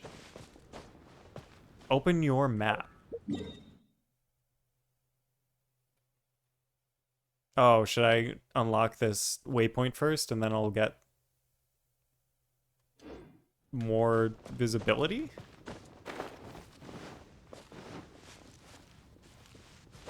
I don't think those, like, things that you have to light on fire show up on the map. What the... Yeah, I meant the torches. Yeah, that is what I meant. Man, and this isn't even the first time this has happened to me. There were some torches in Liyue like this, where one was just... It was just, like, kind of behind a piece of grass, and I couldn't find it. Oh my god, there it is. Alright.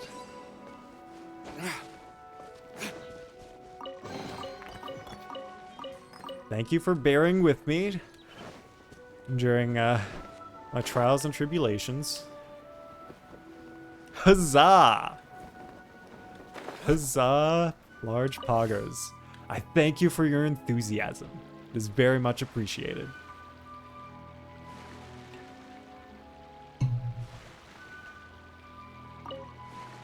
Really needed that slime condensate.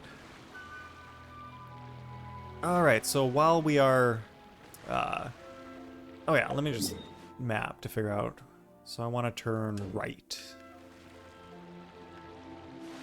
Wait, but there's another island here.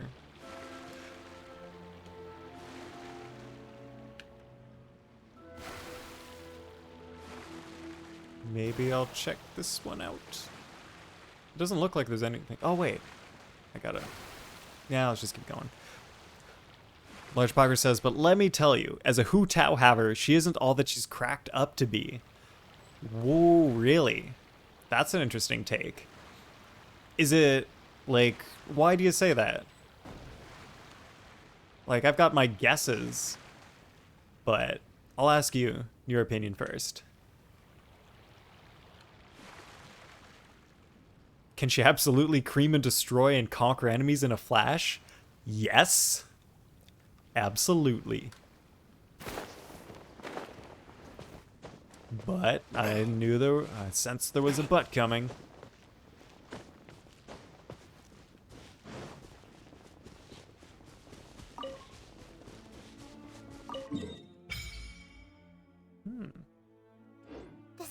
surrounding area is gradually becoming clearer. Let's go and find the last one.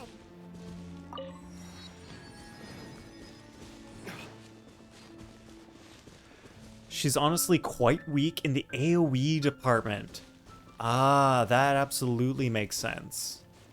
Yeah, she doesn't really do much for AoE, except for maybe her ult a little bit? And the later stages of Spiral Abyss heavily rely on AoE damage. Okay. Yeah, I feel like that kind of fits the case with most characters. They're really good at one area or another, but they can't do everything in Spiral Abyss. Like, I very much feel that with Venti, because he can rock on floor 11, like, getting all the treasure hoarders. But, like, if you want to fight, like, a Hilichurl, Venti's not your guy. So for your regular playing needs, she's absolutely amazing. Yeah, I can see that. I guess there's not much else here. I'll just head back to the boat.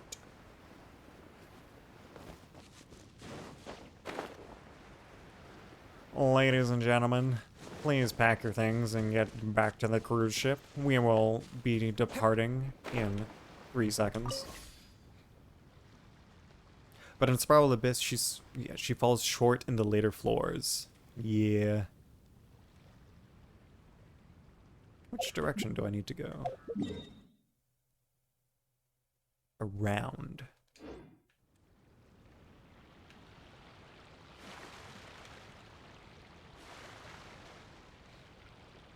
How do you find using Hu Tao, like the HP management?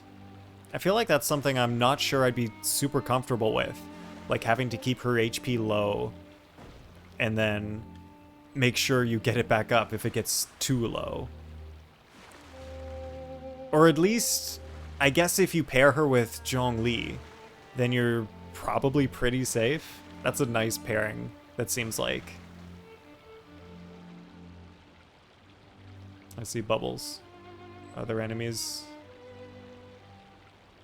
Oh, you find it's pretty easy once you get the hang of it. Okay. Yeah, I guess it just takes a bit of practice and then you're good. What is with this bubble? Should I touch it? Oh, it's nothing. The bubble does nothing. Okay, sure.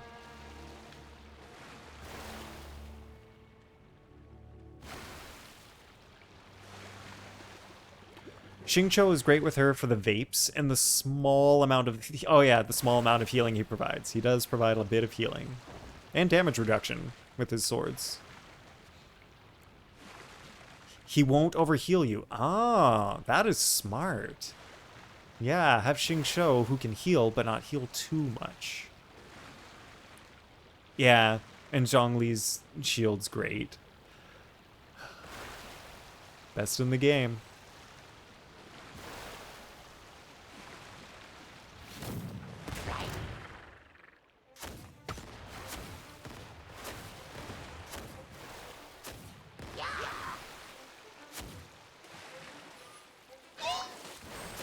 Oh, this guy's coming right out to sea. Alright, let's get a little bit of healing done with Noelle. Good night, Sean.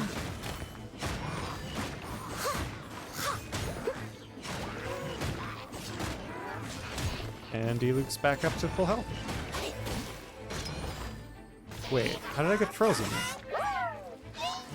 Where's ice?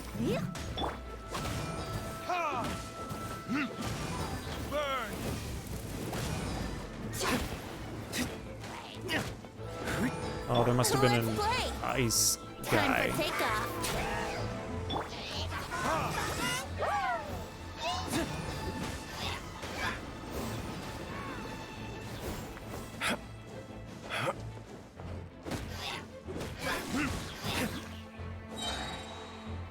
He landed on the barrel and he's still alive. Oh no, this is the worst possible thing. Come on. Just burst him down. Whew. Well, that was very entertaining. At least for me, I had a good time with that.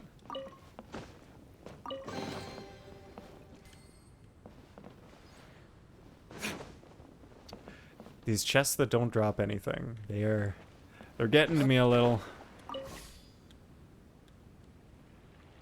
Alright, so as we cruise around looking for the next beacon. Largepoggers, would you like to hear about the time I went to Vegas? Oh, you're back. You're back. Oh, did you miss the awesome fight I just had with the Abyss Mage and things got crazy?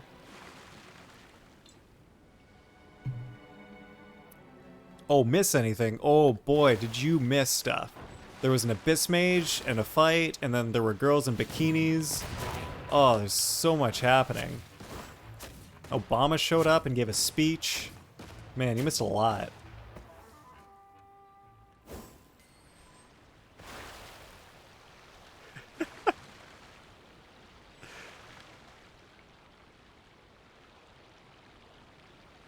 Wait, don't you know? Obama watches the stream.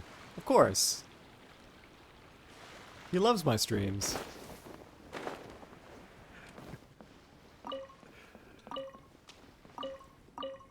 Thanks. It's probably the biggest accomplishment of my life.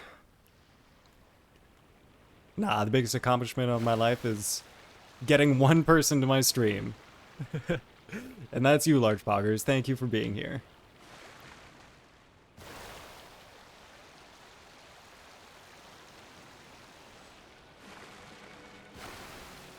Wait, hey, Michelle, get in here. It's Largepoggers. He's on the stream. He's saying hi to me. Love that guy. His poggers are so large.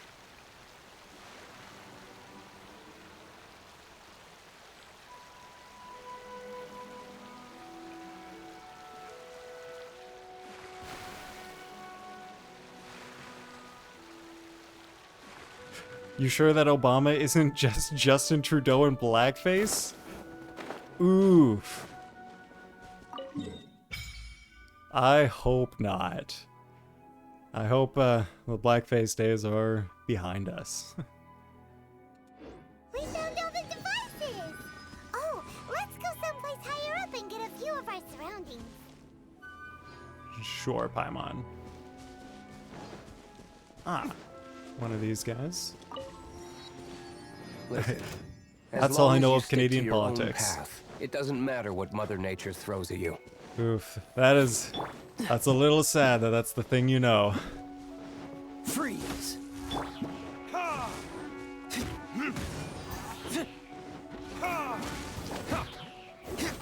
Yahoo! Of course, I use wind against the Animo guy.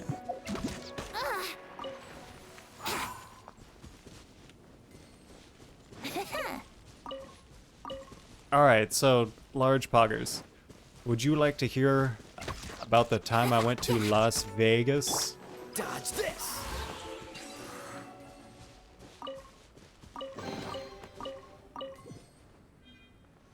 I really do think it's an American thing to be a bit ignorant of foreign affairs. And you'd love to hear about Vegas. Thanks. I don't know, like, I guess, like, it kind of is an American thing to be ignorant about, like, foreign stuff. But I feel like on some level, every country's, like, not gonna be totally familiar with other countries. But I guess maybe, like, I do know a decent amount about politics in the US. Like I kind of follow when there are elections and everything. Largepoggers asks, you want to know how I know that? Sure. How do you know that?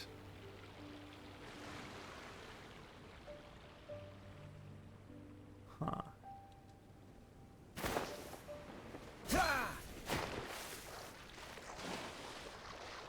Cool it!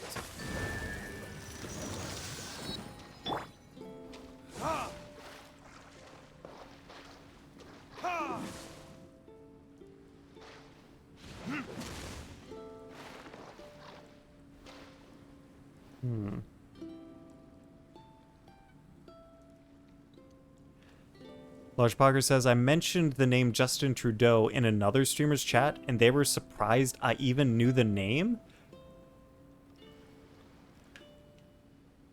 Wait, that sounds like it's more like a commentary on what other people think of Americans, not necessarily the truth about Americans. Okay, that's how you know the bar is low for Americans. Okay, that's what you're getting at. Yep. Other people have what they think about Americans. Doesn't mean it's necessarily true. D-Luke is probably not the right person to use here. Freeze! That worked.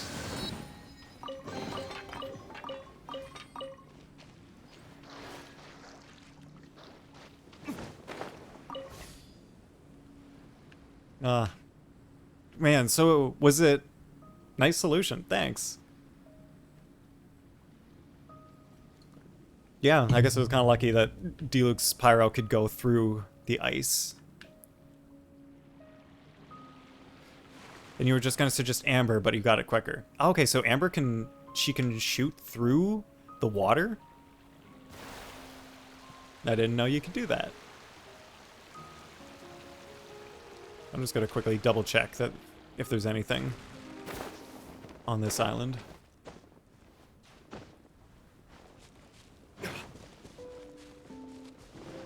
Oh. Oh, wait. I thought it was something interesting to pick up, but it was just a fake sweet flower with a whopper flower in the middle. At least in that certain puzzle she can. Oh, okay. Yeah, I guess they must have put it like a certain distance below the water, just enough that she could hit it. Okay, so there's literally nothing on this island but that guy. Cool.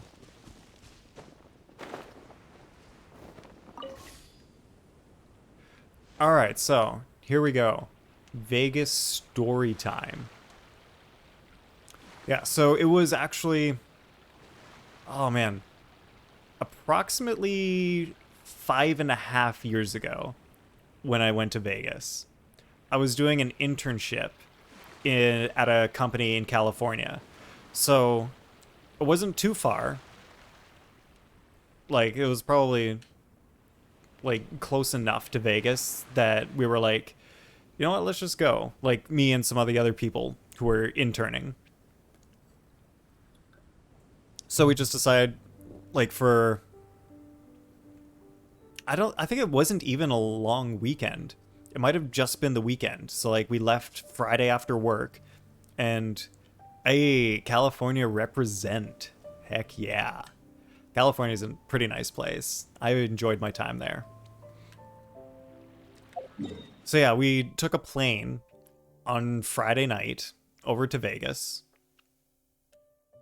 Oh wait, that's where I'm supposed to go. Sure. Whoops, I canceled navigation. Oh wait, I just straight up teleported. Whoops, okay. Anyway, yeah, took a plane and man, that first view flying in at nighttime and the city's all lit up and you can see like all the casinos and like the roads in between. Man, it is a sight. And you can see it from so far away too, like coming in on the plane. You're like way far away and you're like, I see a crap ton of lights. That's definitely Vegas. Well, let's let this echoing conch interrupt my story for a second. We can't let the size of the ocean intimidate us. We have to at least try. Plane views at night. They're quite lovely. You think we haven't tried before? We can't afford to lose anyone else. Ooh. Stuff's happening. Yeah, so after that, you know, just regular getting to the hotel. Oh, okay, plot, I guess. I couldn't stop it. Fog's gone. I guess we'll just get through this part. It's actually pretty scenic here. It is pretty scenic. The 4 beacons have been lit, but we still don't know what trials may lie ahead. The weather's so nice. I know we can't afford to drop our guard. Oh, but I can't help but enjoy the summer. I feel like this scene doesn't have the same feeling at night. I want to catch fish. Klee, this isn't Mondstadt. Please be careful. Oh, I understand. Paimon, after we deal with Dodo-King together, we can go catch some fish. Okay, sure. Whatever you say. That literally happened to me. Wow, no way. Who or Twice in a what row. exactly is Dodo-King? Yes, it is also my first time here. This may not sound fair to Klee, but my primary duty is to protect everyone. Finding this overlord is secondary. Also, the sudden appearance of this letter, these islands that are inaccessible by ordinary people, it's too much of a coincidence. Why would this sort of invitation be sent to a child? Yeah, this isn't as nice as you guys think. It's Yep. truly unbelievable. I also mustn't be careless. Well, what are we all waiting for? Let's start exploring the area. Paimon's right. We should take advantage of the clear weather to reassess our situation. Even on a mysterious island, I have no worries as long as you're here. Man, Barbara puts so much trust in the traveler. Should we go swimming first? Barbara is always happy-go-lucky when she sees such beautiful scenery. Traveler, please feel free to explore. I'll be at the ready if there is any sign of danger. I hope this island doesn't give us too much trouble. I kind of like the music in the background. It's like beachy and fun and tropical. It's nice. Okay, I'll read this stuff when it's more important. Collect pithy pearls to decrease the cooldown of your heavy cannon. Okay, so this is kind of like the first objective thing you can do. We'll get to the challenge later.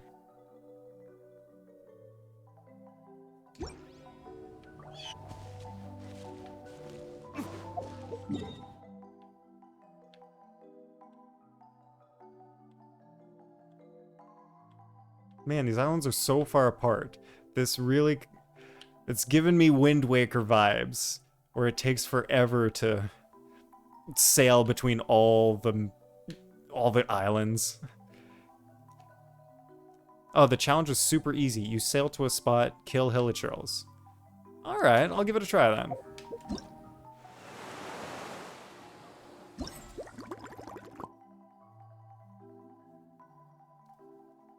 Oh yeah, there's only one challenge to do today anyway. I guess it shouldn't take too long. Oh, we've got like different objectives.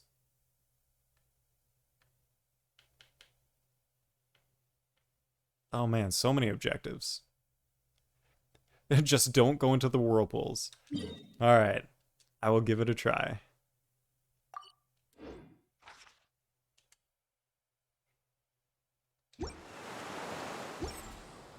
Guess we can rest a bit. Oh, okay. I'm assuming I go to this thing. And that calls the boat? Yes. Nice. It's not just one challenge. And you use the heavy cannon to take down the force fields. It's more like a game you do multiple times to get coins for the event shop. Okay. Alright, so let's see if I can avoid the whirlpools.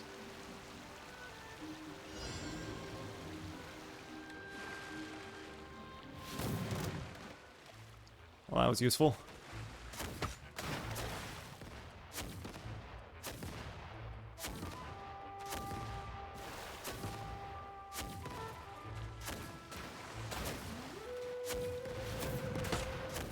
Is this, how much damage is this doing? Wait, that's not doing anything because I'm not hitting the Hilichurls.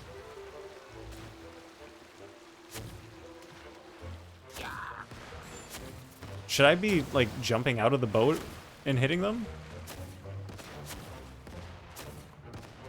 Oh, just getting out and charge attacking them off the platforms. Okay, yeah. Makes sense.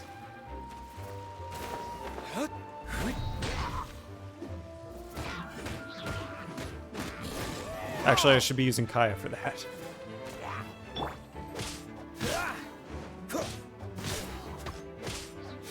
There we go.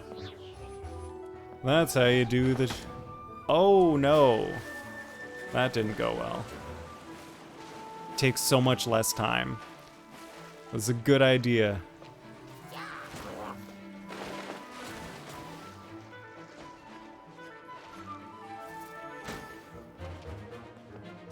Cool it.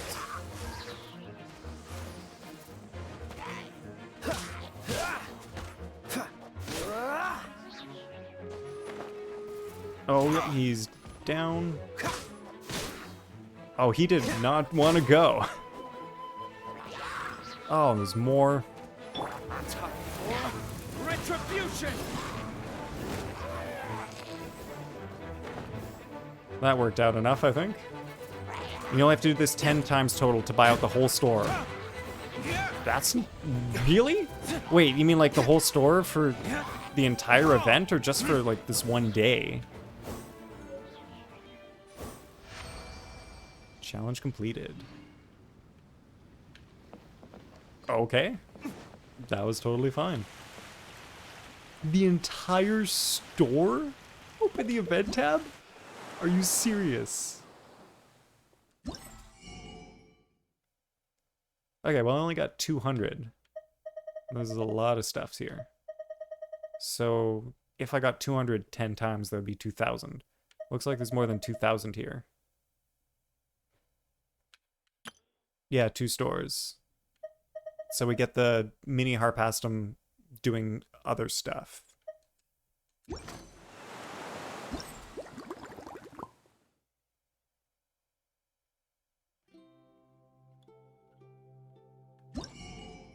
Oh, this just takes me back here.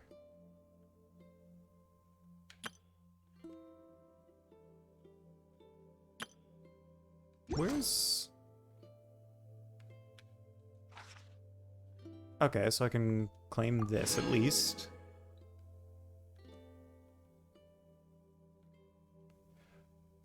Collect... Okay. Oh, you're right. So if you do it 10 times, that means I've... Oh, okay, this one. Yeah, do it 10 times, that means you get 2,000 shiny Flotsam. But you can buy the whole first one out with 2,000.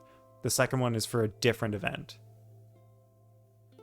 Really? You can buy the whole first one out for 2,000?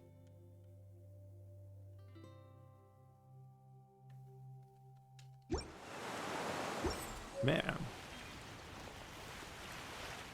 Wait, where... Oh, my boat is right here.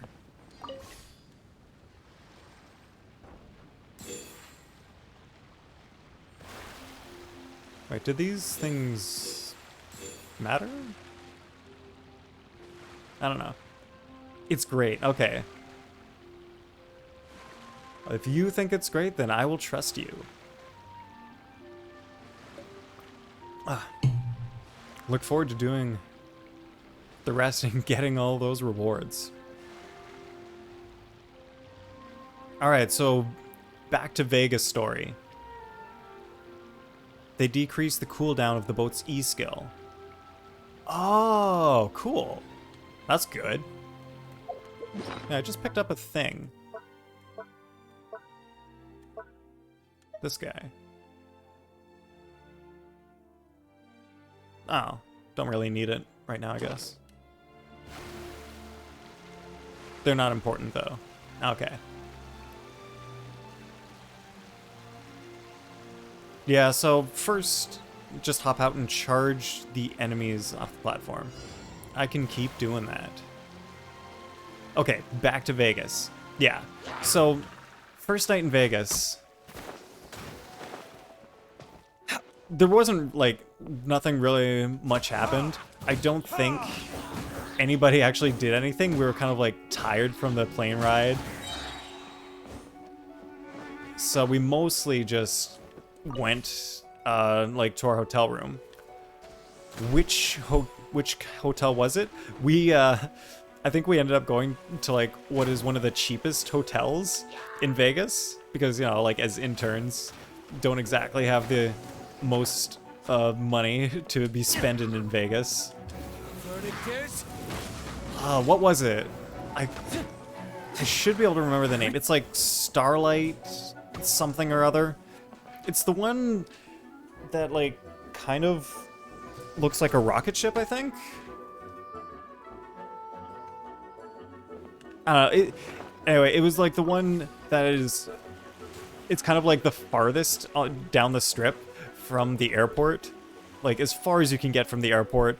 Like, the farthest away from the middle of the main Vegas strip. Like, you know you're in, like, Cheapo Town when you're out there. But I still liked it. Like, it had nice lights, and it was still a good place to just hang out for the amount of time that we were there.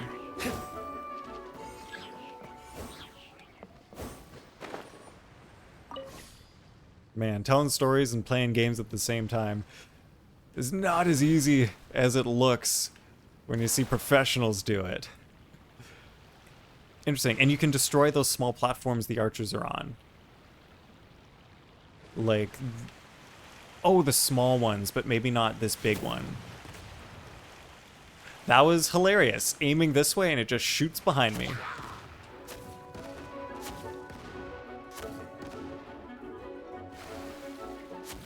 I'm not sure if destroying these little things are even useful.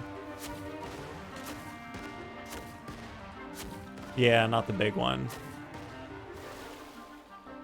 Alright, let's get out here and get Noelle to do a bit of healing. Yeah, so the biggest, like, gambly stuff, like, really happened on the Saturday, the next day that we were there. I think we actually, like, we started out in, like, our own hotel. Like, we just did, like, a little bit of slots. Like, just, like, one or two. Just to, you know, kind of get warmed up and everything. And then we did, like, started walking the strip. Just taking the whole tour all along. And so from the one hotel that we were at, like, kind of walking towards the rest of the hotels, I felt like the hotels, or the casinos and the hotels, like, they got nicer and nicer the farther we went. So, at the very beginning, it was, we were, for some reason, we were all about slots, because one person in our group, he, like, was winning money from slots. Like, after like 20 minutes of doing slots, he was up like $50. And we were all just like, whoa, you can actually make money from slots? We thought you lost money in Vegas. Like, how does that happen? So then everyone else tried gambling on slots for a little while. And everyone, including me, lost a bunch of money just doing slots. And that was the first time where I was like, wow, I hate slots so much because you just put in your money and then it goes away. It's gone forever. Why would I want to just put my money in a machine and say goodbye to it? Why would I want to do that? So after that experience, I was like, okay, you know what? I'm done with slots. No more, thank you. They're not called one-armed bandits for nothing. Yes, and I see why now. One-armed bandits. Slot machines. Yep, so basically... Oh yeah, now I do remember I actually did some slots later on, and now that I think about it, I feel dumb for doing that. Because right now, like, how I feel about it, I swear I'm, like, I never want to do slots again. It's just not worth it. I guess maybe if you've ever, like, actually, like, gotten money back from it and won something, like, you can get that feeling of, oh yeah, like, that gambling feeling of things went well. I like this. But I didn't even get that once. I didn't win a single thing from slots, so done with slots now. So after that, I tried Oh, more guys. I tried a little bit of roulette. Or maybe, I think I might have just watched someone do roulette because the slots thing had got me a little, I was a little apprehensive to keep doing gambly stuff. So I was like, you know what, I'm just gonna take a break. Everyone else can do roulette. I'm just gonna not for a bit. Oh, second one down. Yeah, so like already, like this is the morning still. Like it's not even 11 o'clock. And I've already lost like, I think it was like $75. I lost like $75 doing slots. And like I felt dumb. You should really bring So we the went Knights through of Favonius a with you few next time. casinos. And the biggest thing that I noticed, first day right away, you guys were jumping right in, huh? Yo, yeah. We dove right into the gambling. Just started losing money left, right, and center. And actually, the biggest thing that, like, I remember about Vegas that, like, kind of made me not enjoy it as much is just, like, the cigarette smoke everywhere. Like, I'm not a smoker, and I prefer to, like, try to stay with clean air. So, like, all the casinos were just, like, full of, like, the cigarette smell. And that, like, made me, like, not enjoy being in the casino parts as much.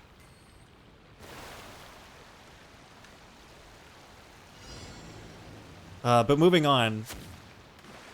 Yeah, that kind of sucks. You don't like cigarette smoke either. Yeah. Yeah, if it's something you don't want to smell, like... It's not nice when you're kind of, like, you can't avoid it. It's just all around. Like going into Vegas, like, I never even thought about that. Like, I thought everywhere, like, you can't smoke indoors where other people are trying to breathe. Isn't that, like, not legal?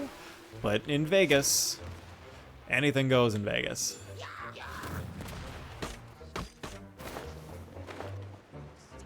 Yeah, so after the first few casinos, like, getting that experience, you know, I was a little apprehensive about the gambling and stuff, but that didn't stop me. Nice. So we kept walking down the strip, and we kept getting to, like, nicer and nicer casinos. And the one that, like, really caught my attention, like the first one that I was like, okay, I'm not gonna forget this, was, I believe, the Valencia. The one that's, like, really Italian. Like, it was just straight up seriously beautiful. Think you can get away? It actually, like inside the hotel is kind of like a recreation of, like, Venice. Like, I guess... No, wait. The Viention? Oh. Why can I not remember what the name of this casino is called? Let me look it up. Las Vegas...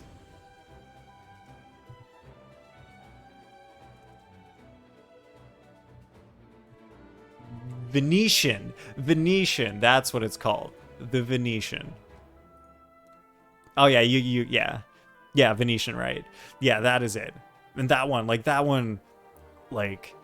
they've got, like, a river inside and gondolas that you can ride, and the ceiling in there, it's actually painted to look like the sky.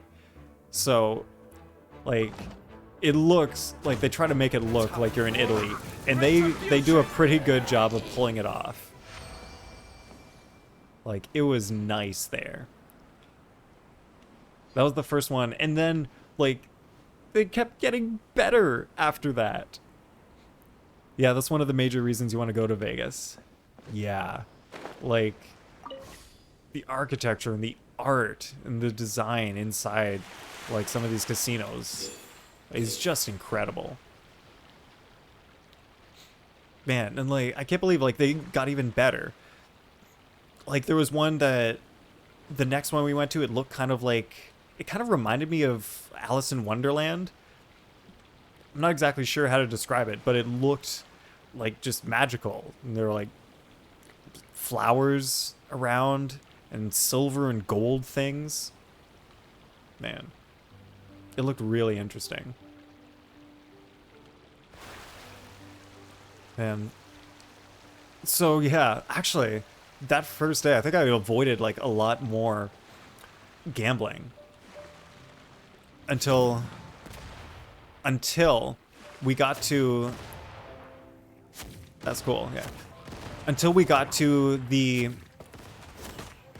I'm not exactly sure what the name of it was, but we got to like a casino where we were going to see a show. So we went to Cirque du Soleil. And I absolutely recommend seeing shows like Cirque du Soleil. Because, first of all, like the art and like all the things they do in the show are just incredible. And that is way more interesting than gambling, for sure. The shows are definitely something to do in Las Vegas. Oh, you love Cirque du Soleil. Have you been before? Oh, I'm guessing like by saying you love it, that you've probably like at least seen one show before.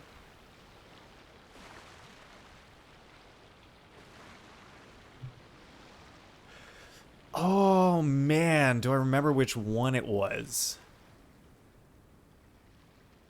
I can't say that I do. Like 5.5 years ago, it's too long to remember exactly which one it was. I can remember like some stuff they did though. Like there was one part where these two guys, they were doing like these acrobatics where they were mostly like they kind of like were holding hands and like just getting it in these like weird, like really difficult to hold positions, and like just like one guy like holding the other guy up, and then the other one like does this pose. Like the amount of strength that you need to be able to do that stuff was just incredible.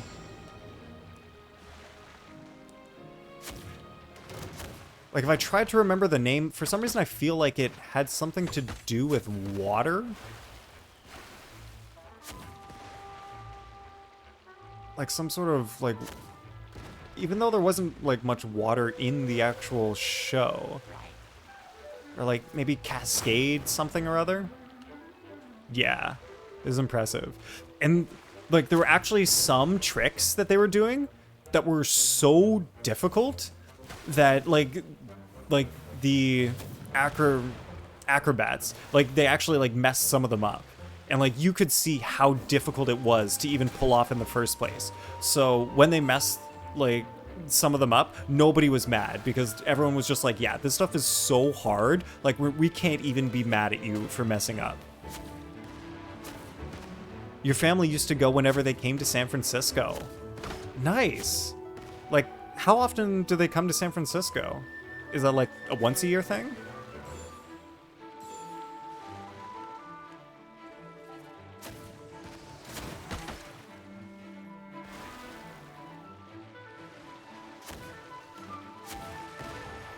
Sure. 4 shows in total. Well, you've seen more than I have then. I've only seen 1.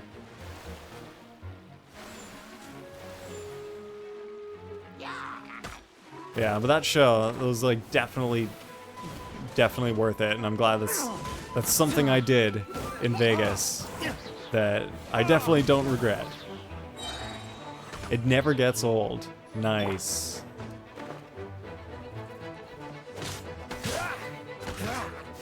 Yeah, and of course, since they do change the shows and do different things at each one, yeah, it's gotta always be impressive and cool.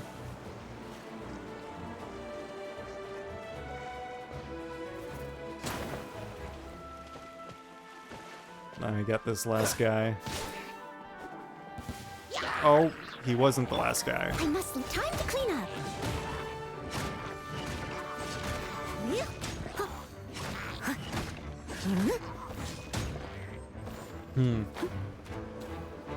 Man, now it's coming back to me a little bit more. Before the show, though, I think that's actually when I lost most of my money. And I lost most of it on blackjack. Actually, blackjack and a little bit of like digital roulette. Because before I went to Vegas, myself and a few other people, we learned how to count cards. We like learned the basics of it. And I went in thinking like, oh, if I count cards, maybe I can actually, win some blackjack. Like, that can work, right? Oh boy. Oh yeah. Like, I thought I knew what I was doing. I had no idea what I was doing. Like, I was counting. I was absolutely counting. I was keeping the count in my head. But I think apparently counting really only works if you also, like, this is a definite thing I know for sure. You better watch out. Casinos don't take kindly to card counting. Yeah, absolutely. And I was actually, like, a little suspicious because we went up to this one... Oh, yeah, we went to, like, the blackjack table. And I didn't play at first. I kind of just watched the table. So maybe on my face, like, it looked like I was counting. Because when I stepped up to play, they changed the dealer. Like, a different dealer came in. So I was like, that's kind of weird. Like, why did they randomly change the dealer? And then after I stopped playing, they changed the dealer back. So I was like, did they just know? Like, could they just see it on my face? But anyway, like, I tried to count. And, like, I had the count in my head. And it... Like, I, like, placed bets when the count seemed to be in my favor. But then, like, the count, it just never worked out. I lost most of the time. They probably thought you were a counter. Maybe they did. What is this challenge? Oh, wait, can I just shoot? Oh, this is easy. This is easy town. This is not easy. The ice is in my way. Oh, that's my reward. Really? That's it? Okay. Yeah, so the counting didn't work. And I think, like, I kind of heard later that counting kind of only works with if they use 2 decks. Otherwise... Like, there's too many possibilities if they use more. So the counting, like, doesn't really help. And they were using 6 decks. So, like, if it has to be only 2 decks, then yeah, like, I was doomed from the start.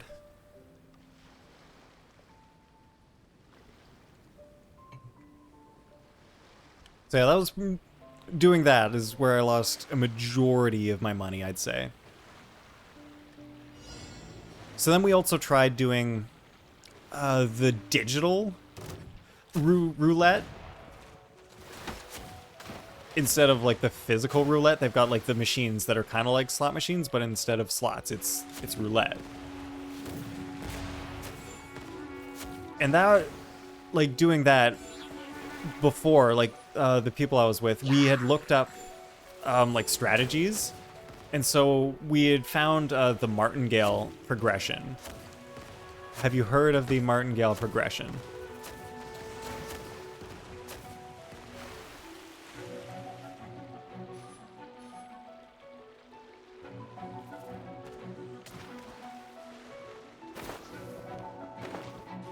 You have not? Okay.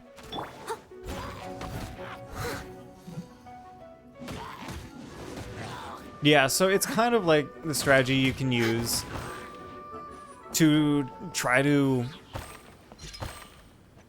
in a way, sort of like make money. It's not like I wanted to say guarantee, because technically it does guarantee that you will make money if you play roulette, but it only guarantees it if you have infinite money, which clearly we did not have.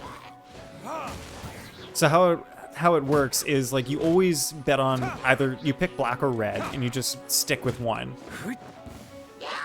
And then every time you lose, you double your next bet. So if you win, that means you make back all the money you just lost. So that actually works, but only if you have infinite money. So we tried that for a little bit, and then I picked red, and it rolled black like 6 times in a row. So when it rolls the wrong thing too many times in a row, you can't keep doubling your money, so you just lose.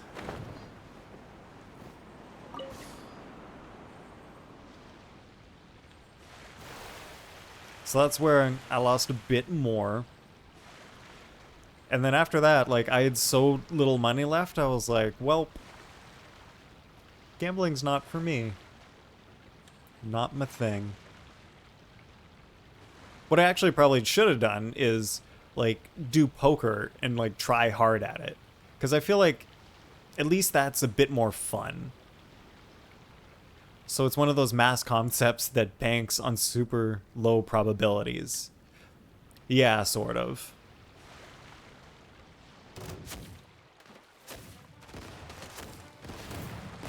I think later on, we actually found out that there is a different math strategy that works better with limited funds, but is more complicated and nobody memorized it.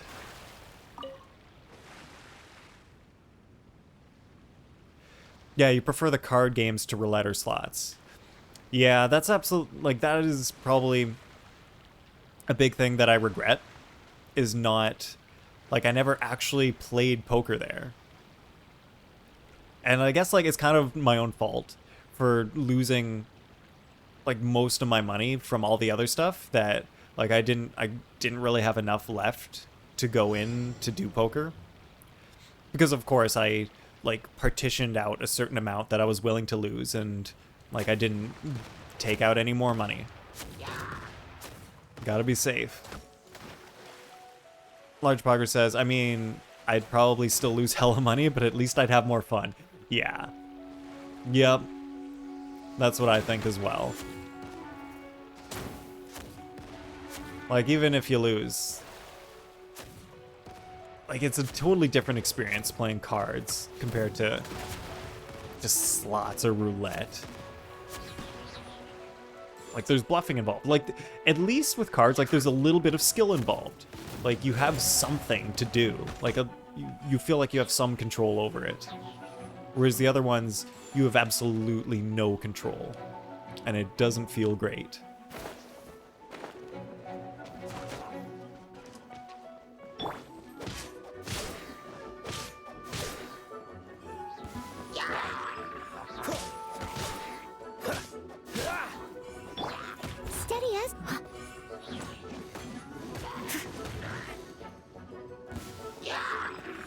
Alright.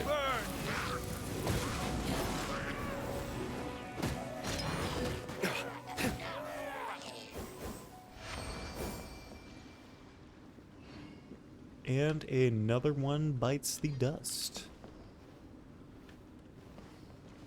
Where's my boat?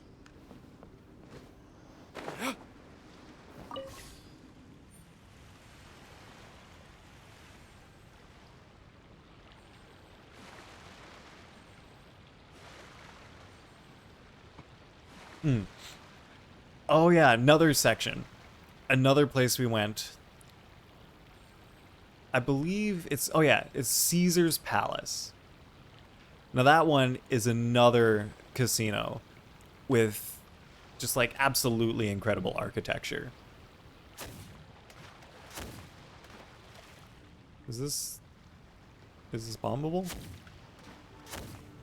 I believe not. Yeah, inside Caesar's Palace, it looks incredible. Like, there are statues and carvings, and the walls have, like, incredibly painted art on them. Absolutely another stunning place.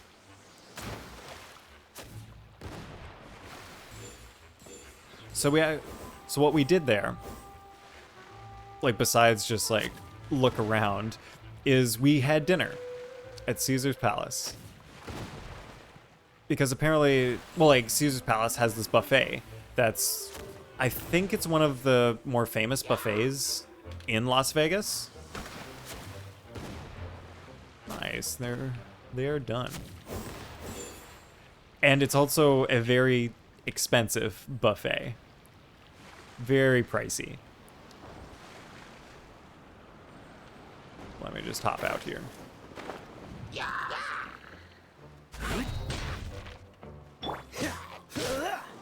So, with going to such a pricey buffet, you kind of like feel, I don't know, somehow obligated to get your money's worth. So what ended up happening was I ate so much food that I felt probably more sick than I ever have in my life from eating food. It was just too much.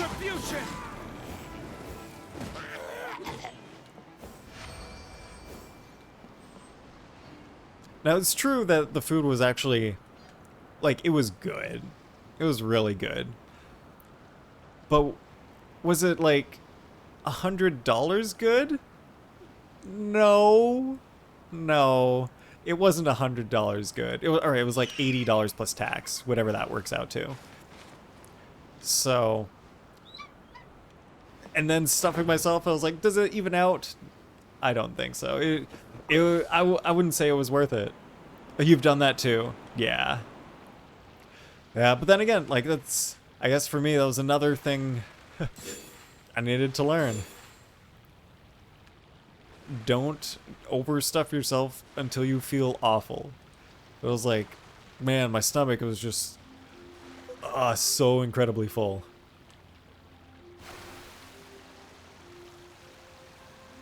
What are all these? When did I take out people here? I don't need them. All part of the Las Vegas experience. Eating a ton to try and justify a high price. Yep, I guess that is the Las Vegas experience.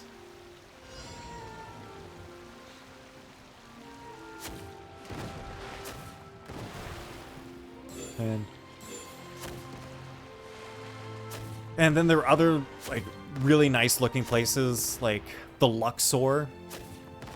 The Luxor, like the Pyramid Casino. That place. Incredible architecture. Looks great on the outside and the inside. All the Egyptian stuff. Very nice. One thing that surprised me, I think, was kind of like the variety of other things they have there. Like, there was one shop that I went to that it was a candy shop. I think it was, it was like the Hershey's store.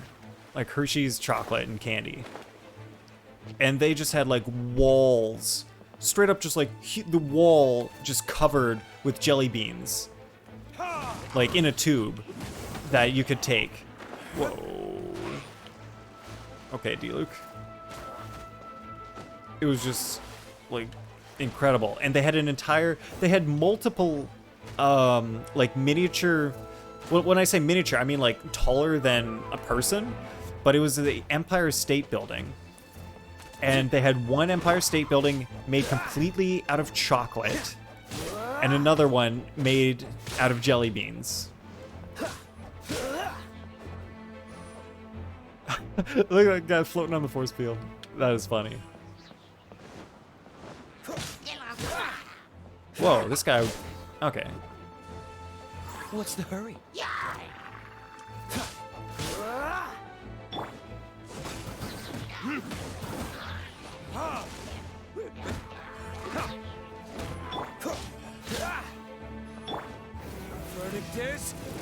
Damn, jelly bean walls. Man, it was a sight.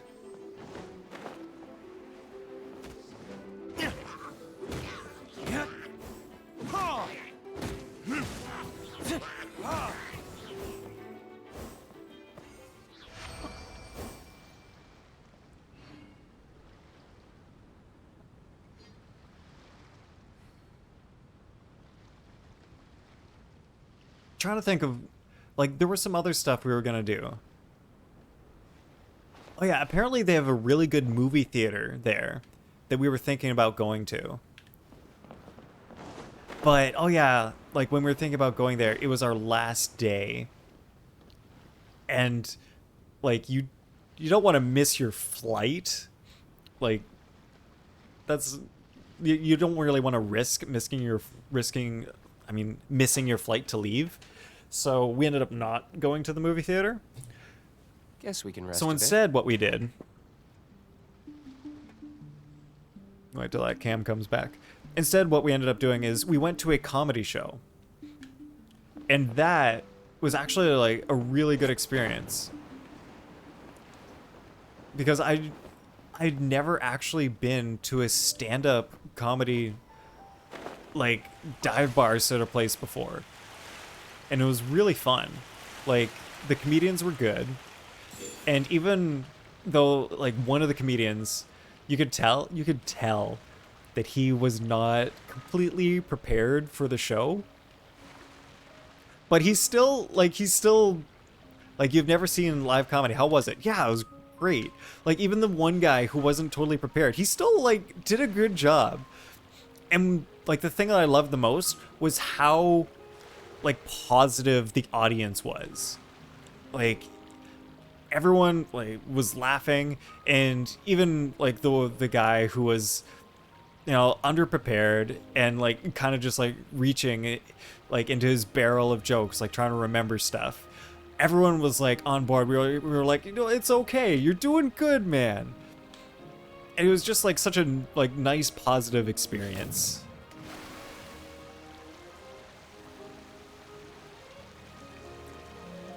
Oh, yeah, even though at one point there was a guy in the audience who was so drunk, like, he was just, like, being loud and just making random noises. So they had to get, like, bouncers to like, take the guy out of the, like, comedy club.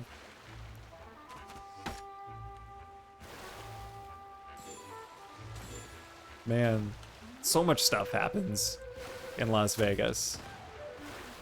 What a very interesting place.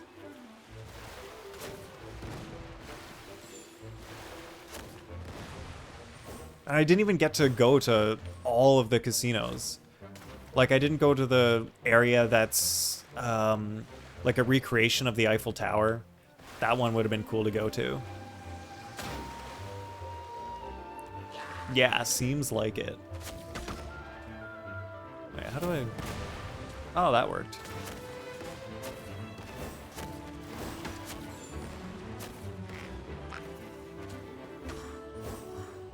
Man, what sorts of, so overall, a pretty okay trip, despite the money loss. Yeah, overall, definitely okay. Like, I feel like it could have gone better. But at least, if I ever go back, like, I've got more of a plan on what I want to do. Actually, yeah, the cigarette smoke. That's probably, like, the one thing that would keep me away. Leave it out as a dutiful maid would.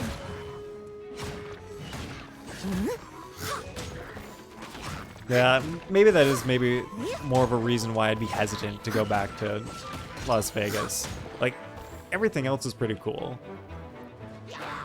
But having to deal with the smoke, not as nice. But I think it's avoidable, like, if you know where to go.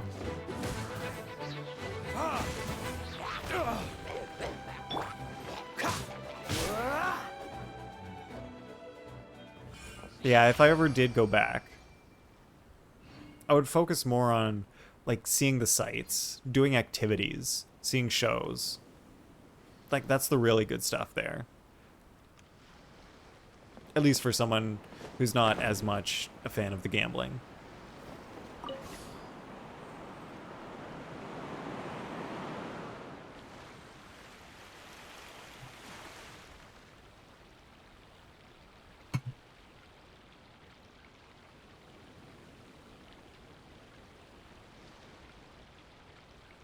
Oh yeah, so I was gonna ask largepoggers, like, have you been on any sorts of big trips like that before?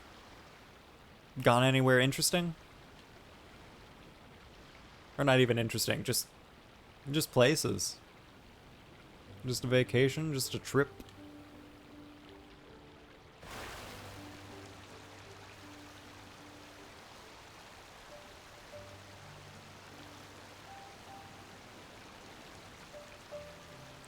Nothing big in a long while. Yeah, same. Like 5.5 years for me. Vegas was like my last big trip. Well, actually after Vegas I went like to Los Angeles and San Diego. But probably that one was a less interesting trip. Where did you go a long while ago?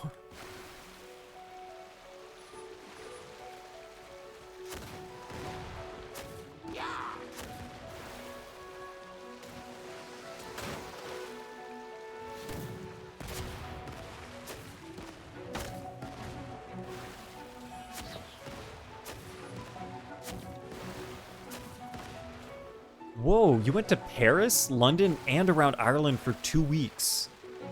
Back when you were 14. Man, Paris, London, and Ireland. That sounds amazing. Like, what was this for? Was this like a family trip or a school trip or exchange or something? For 2 weeks. So I guess not an exchange, but...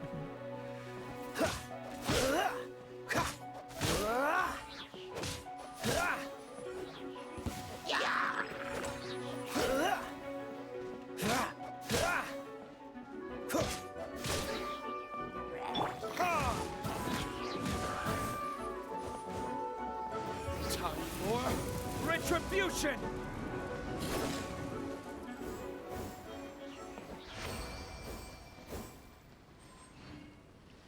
Paris and London was both in 1 week for a pseudo school trip. Nice. Man, I've never like went somewhere that cool for a school trip. My high school, like, we did have like a trip to Greece that you could go on, but I didn't go on that trip. Then your father picked you up and you visited family in Ireland for another week. Oh, wow. Man, so Paris and London in 1 week, and Ireland for a whole other week. Man, how did you like it? Yeah, that was sort of how the Paris-London thing was. Yeah, how did you like it? What did you do there? Did you see some sights? Do any fun activities?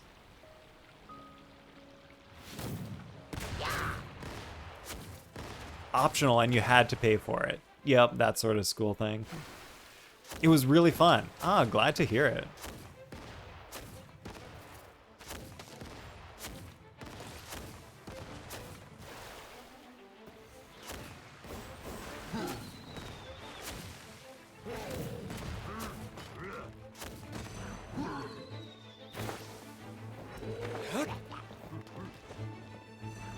Just tourist stuff for Paris, London thing.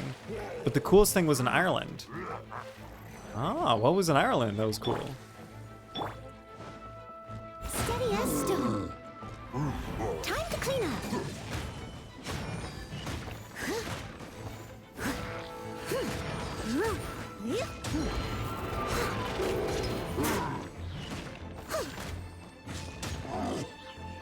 Cool it!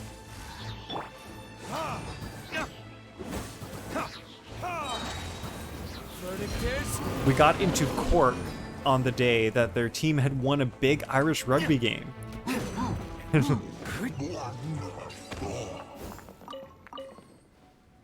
Wait, I gotta read the whole thing when you get your next message. And literally, I shit you not, the streets were packed with people all celebrating and drinking. That is the thing that would happen after winning a big rugby game. The atmosphere was electric. Okay, I can see how awesome that would be. Man, having a big party in the streets? That would be cool. Man. I can't say like I've ever experienced like a street party from like winning a sports game. That is the kind of thing that would happen in Europe.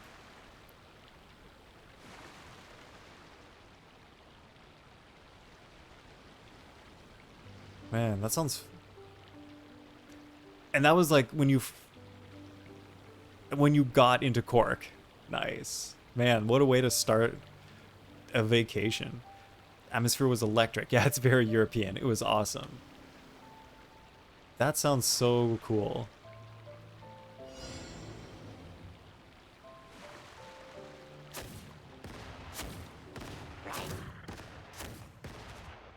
And you got into Cork right as it was happening. Nice.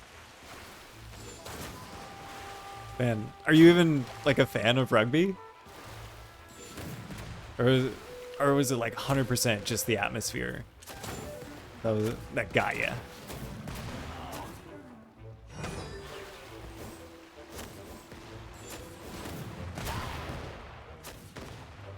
Wait, Irish rugby. Is that different from the rugby we know in North America?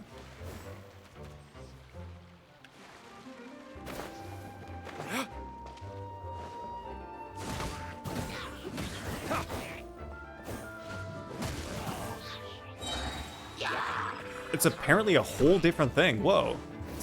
Okay, I guess that was something I haven't heard of then. And I know nothing about Irish rugby.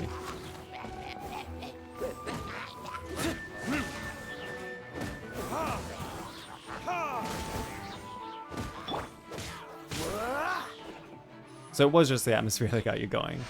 Yeah. But man, yeah, like when you get a bunch of people together and everyone's just like so pumped up and having a good time, it's infectious. You can't help but have a good time yourself.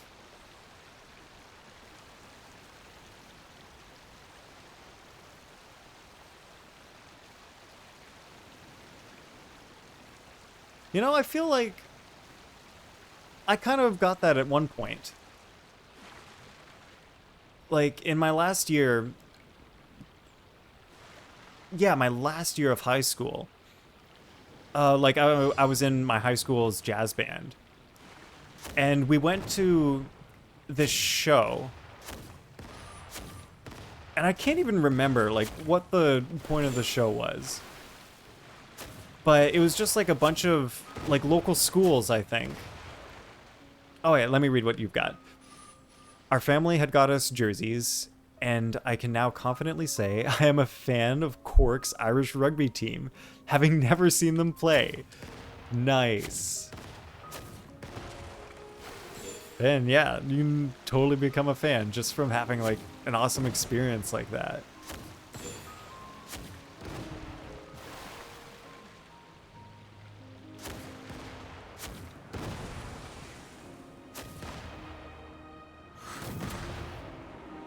Oh yeah, but do continue the story. Oh, I missed. Yeah, so there was just like this music show. And like my high school's band, like we performed, and then a bunch of different people from other schools around, like they did some performances. And one thing that was super fun, one guy did the Yeah Toast song. You may have seen that classic internet sensation song, Yeah Toast. They keep landing on the barrels, and I have to go down. Come on. D-Luke just wanted to go for a swim. And so, at the very end of the show, what happened was everyone who was part of the show, all the performers, all the musicians, we all got on stage and sang this song together. I don't exactly remember which song it was, but like it's a famous song that like everyone can sing together. And just in that moment, like I'm not even a good singer, and like I felt with everyone singing together in one way, like it made me feel like my voice was like just being carried by everyone else's voice. And it was almost as if like I was good at singing, because maybe just the notes that everyone else was singing were like the same. And so my voice just naturally flowed with everyone.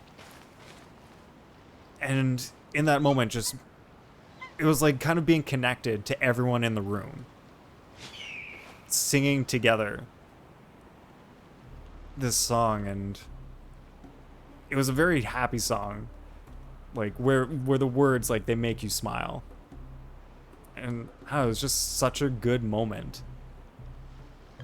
And I smiled for a long time after that, and it was really fun. Bring the Knights of Favonius with you next time. Yeah, love those experiences. And that's why I always say, like, the best experiences I've ever had in life, that, like, when I think back on, like, what I think are my happiest moments, they're always things that involve, like, people. Especially groups of people, like, together and having a good time. Like, those are the moments that are the best. And that's why stuff like what's going on now with the pandemic, with people being isolated, it sucks. Let's play. And it just takes away, like, such a huge part of what, like, gives people, like, a good time in life. Yeah, humans are a communal species. It makes sense. It absolutely does. And as far as I can tell, there is no point to this wind thing. So I'm gonna continue.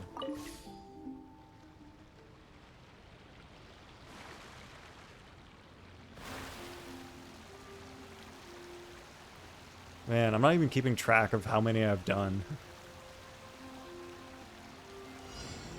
Wait, are there exactly 10 of these things? Or can you just keep going forever?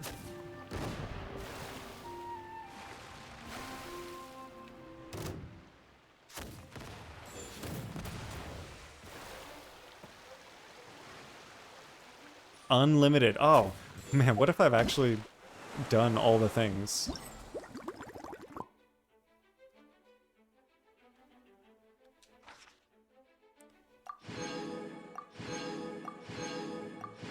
Well, it appears I have done all the things. I have done 13 of them. Wow, I wasn't even paying attention.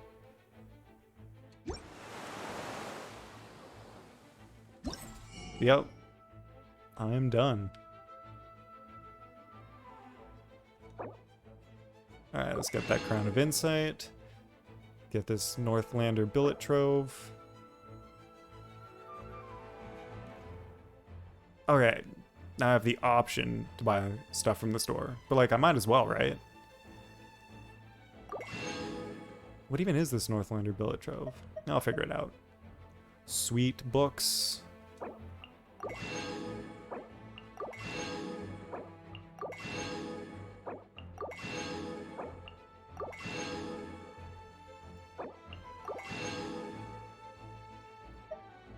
Yep. This store is cleaned out with an extra 600. Gives you a weapon billet of your choice. Weapon billet of your choice. Ooh. I hope I can hold on to it forever, because I don't know exactly what weapon I want right now.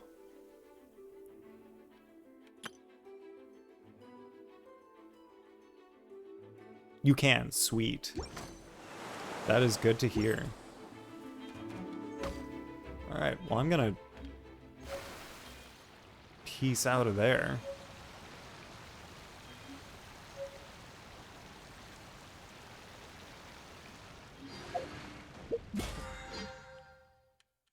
Alright, get some BP.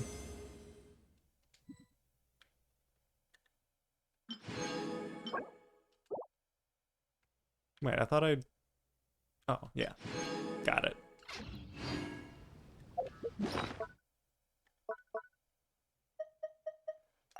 Two, three. Now.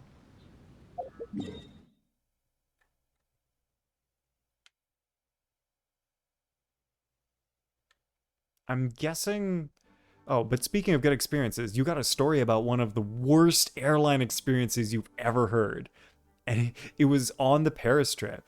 All right, large poggers, lay this story on me. Let's hear what happened. I need to do my dailies, so I'm gonna figure out how to get back to regular Teyvat.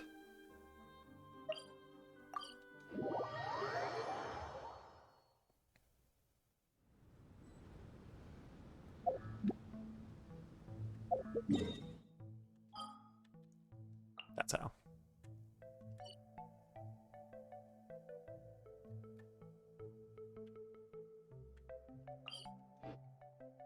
Oh, that's a story for whenever you're comfortable. Oh, in voice chat, yeah. Trust me, you tell it better through spoken word, but absolutely no rush on that. Okay, yeah. I'll figure out voice chat eventually.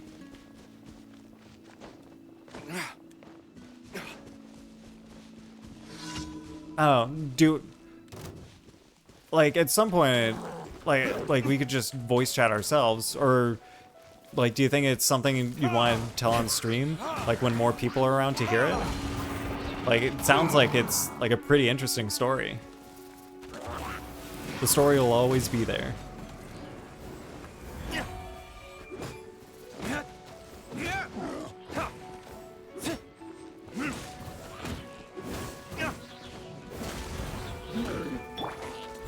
As a dutiful maid would. You're fun whenever. Okay.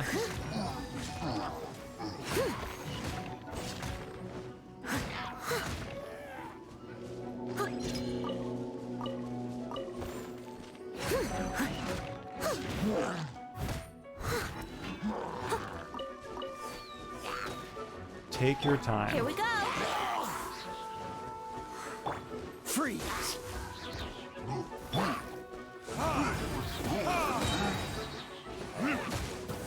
Yeah. But just for future reference, like, would you be comfortable telling a story, like, on voice chat, like, during stream if other people are here? Is that something you are cool with? Yeah, for sure. Nice.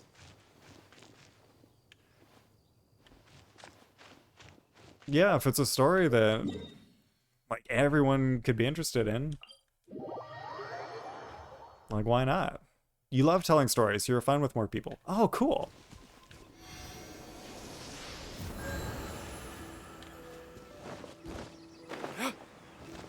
Yeah, and it would certainly be nice, probably, to have someone tell a story on stream who's not, like, distracted trying to kill Hilichurls.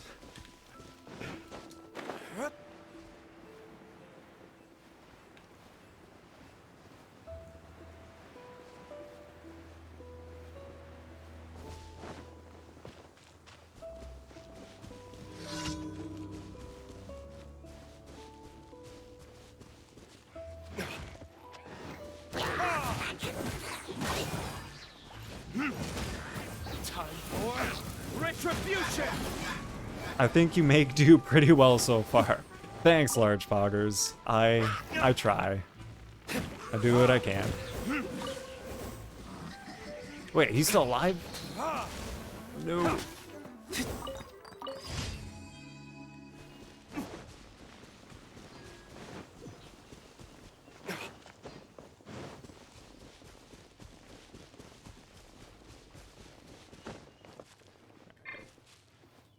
Let's just pick these guys up while we're here.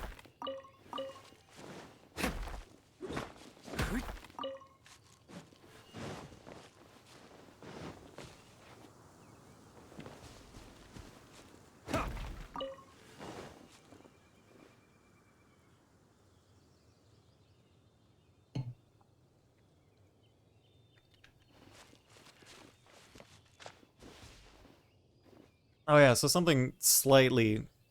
Oh, it's the enemy. It's always the enemies with one last little pip of health that you thought were dead who get you the most. Oh, yeah. Man, when you think they're dead and then they come back and you're like, no, come on, you were supposed to be dead.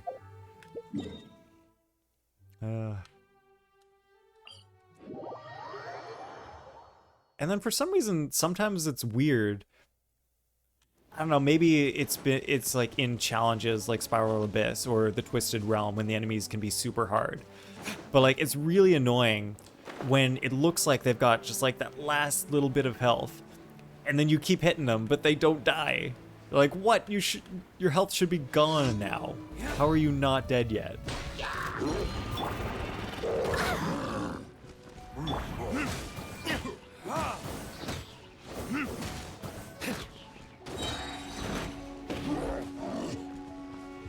Verdictus?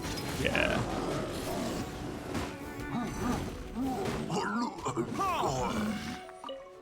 Alright, that one worked out. Oh yeah, what I was saying. Oh yeah. So I was a little worried today that I might not be able to do stream very well, because the past 2 days since my stream on Sunday, my like vocal cords have felt very sore. Because like I normally don't talk for like almost 4 hours in a row. So like my voice is like not as strong. Like that's a muscle that you gotta build up. So I learned that. But then I also remembered that on the Sunday stream I did a really gravelly, like voice acty kind of voice. So that probably did not help with my vocal cords feeling okay.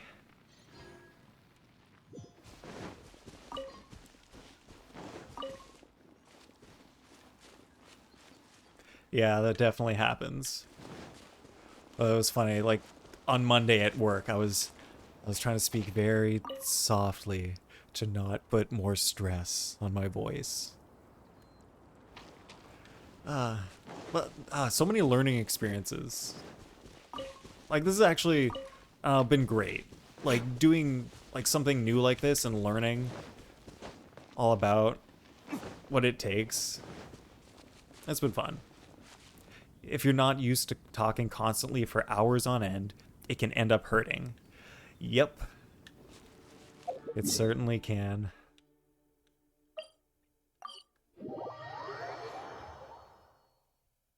Man, and I don't know, like, how much my personality comes across in streams, but in, like, regular daily life, I am absolutely not someone who talks very much. Like, at parties, I'm the one who's, like, fairly quiet. Like, stick to the back. Don't draw too much attention to yourself. But, like, I'm not like, that shy or anything. But, like, I just don't usually have a lot to say. Yeah, I've definitely got the vibe of a chill type of quiet guy. Okay, so it does come across. That works.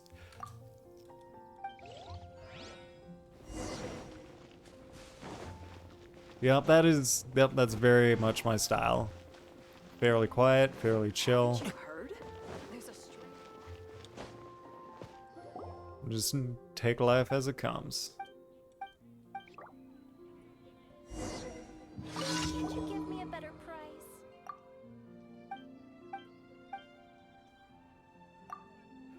Man, this one commission, it gets so many times. Give the Sunsetia to Quinn. This isn't Quinn. That is Quinn.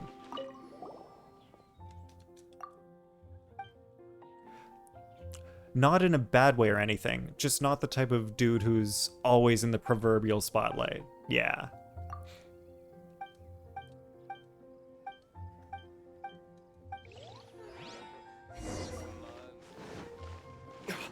Yeah, not usually in the spotlight.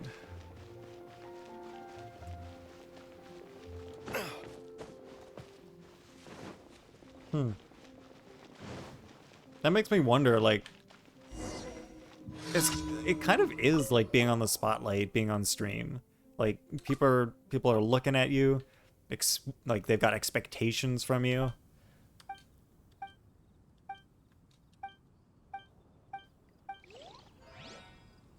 But maybe in a way, like, if people actually, like, show up to stream, then in a way maybe that's like kind of less pressure. or maybe more because they expect you to perform. What was your first stream like? My first stream was mostly me because I didn't invite anyone to the stream. So it was basically just me talking to myself and making comments about stuff that like I'm seeing in the game. Like I did a little bit of voice acting for the Hilichurls because it was the last day of the Mimitomo event.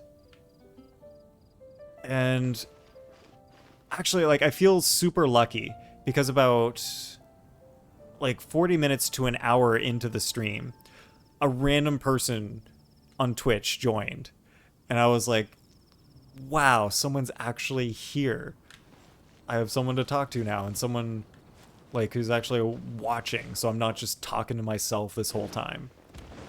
And so that was cool. Like, got to know a little bit about the person. Like, they didn't stay for a super long time, but it was better than nothing, absolutely. Oh, shame, you missed the Hilichurl voice acting. Oh yeah, I did some voice acting for the Hilichurls.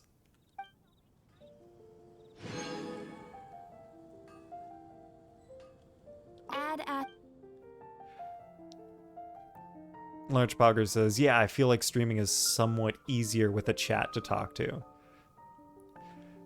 Yeah, absolutely. Like you've been to a few of Lithy's streams, right? Like, I feel like some of his streams, like, it can be difficult when the chat just, like, isn't very talkative. Like, people didn't really give him, like, a lot to play off of.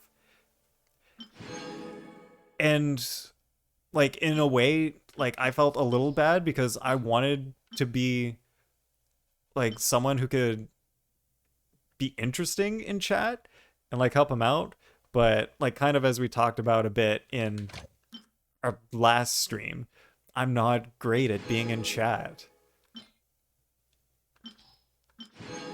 Like, I don't make a lot of funny jokes and, like, give a lot of material for someone to talk about.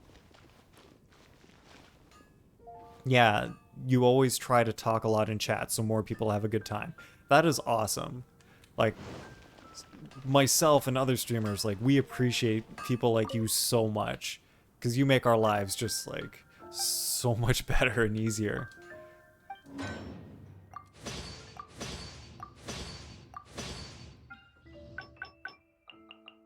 Like, honestly, my biggest fear with streaming, really, it's not performing. It's not, like, being afraid of being in front of people. It's not being afraid of saying something dumb. My biggest fear is really just that no one shows up. And, like, no one's here. Or nobody says anything. And, like, people, like, come and leave and nobody cares or has a good time, so... Largepoggers, I appreciate you being here so much, man. Largepoggers says, that's what I hope to do with my chats. You know, throw some interesting banter in there. Maybe a funny joke once in a while. Yeah. That is awesome.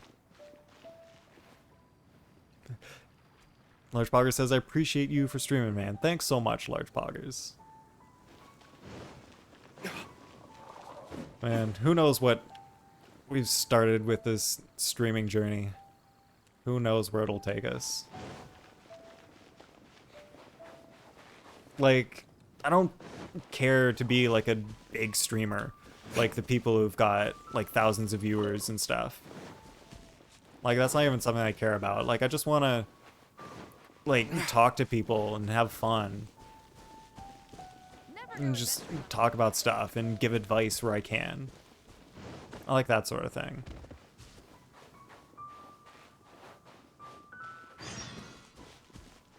And I'm just aimlessly wandering around.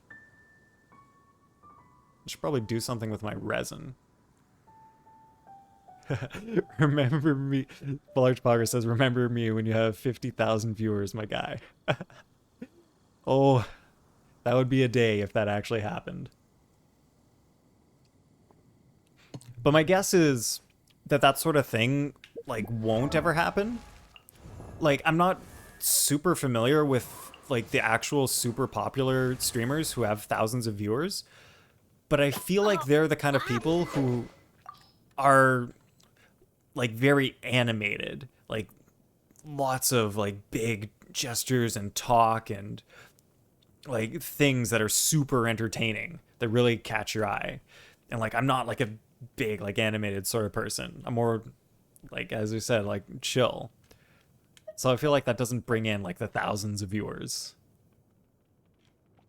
If you got resin to burn, you want to hop in my world and we can grind some domain? Sure thing. Let me just put this on Bennett, and I think I need to... I can ascend this guy. Sweet. Wait, I want 3 stars. Let me just get this to level 80, and I will send you a request to hop into your world.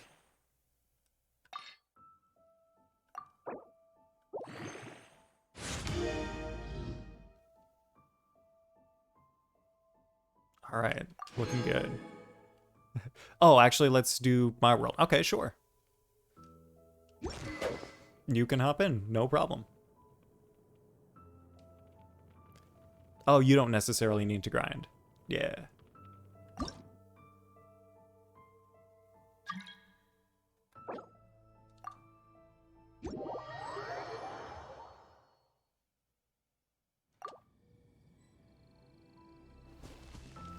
Hello. I think I wanted to see. Oh, yeah. So something I actually should have brought up was I looked up the pronunciation for this weapon. Turns out it actually is Aquila Favonia. Because apparently that's Italian. And so, like, it stems from Latin, so I guess that's just how you pronounce it. In, like, Latin/Italian. It is Thursday. No, tomorrow's Thursday, so we can't do this one. What I call a moment of solitude.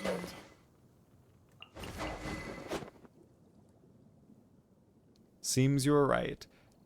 Well, I wasn't, like, totally right, because I was, like, on the fence. Like, is it Aquila or Aquila? But turns out Aquila. Let's see, Saxword. Today is Wednesday. I still have a lot to do at the guild. How about you take a rest while I go back? Stars.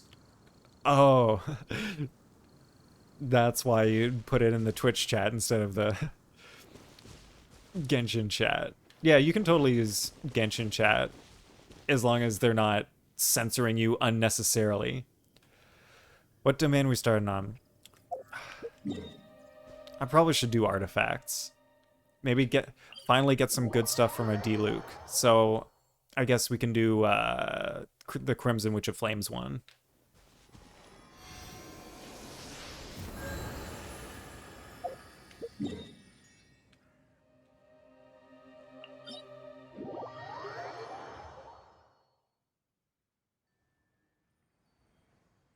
I'm mostly...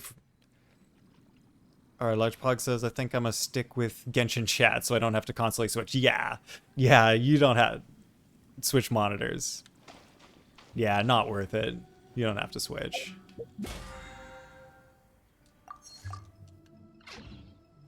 So what is it on? Hidden Palace of Joe Formula. Oh, you're here.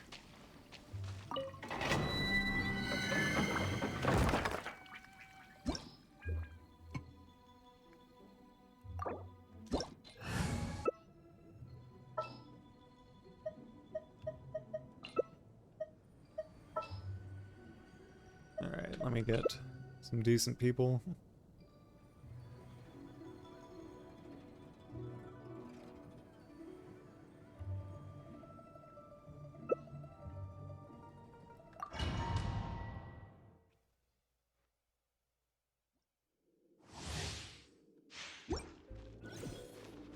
Oh, my Xingqiu's not at full health. That's weird.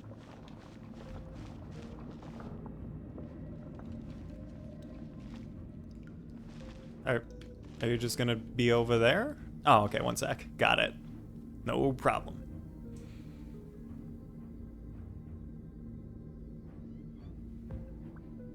Oh, switching artifacts. I feel like that's something that would be nice maybe if they could add to the game. If you could, like, set up an artifact set for someone and then, like, have it saved as, like, a profile, and then you could switch between artifact profiles. That'd make it easier to switch artifacts around.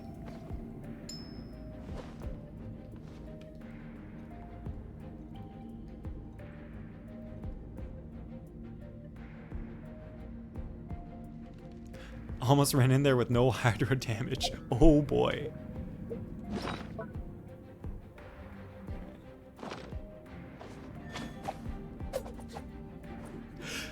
Come on, you gotta play the physical damage child.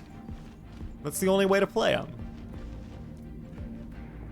Yeah, an artifact preset option would be great. I wish. Don't get frostbite. Solidify. No, my sword.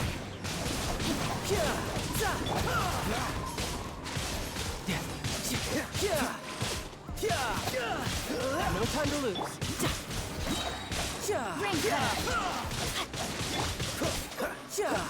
Freeze. Brace yourself. This is gonna hurt. Be frozen.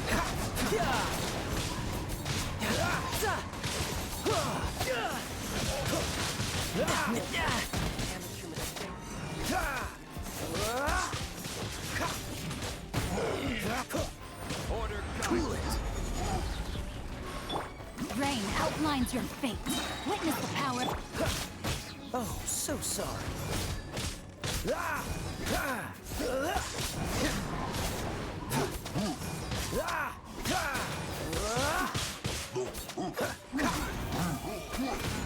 Freeze.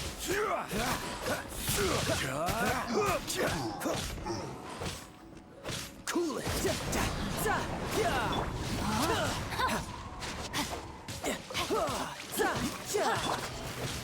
No time to lose. Nice. Yeah, get that one. Don't get frostbite. Couldn't let your guard down. No time to Rain cutter. freeze.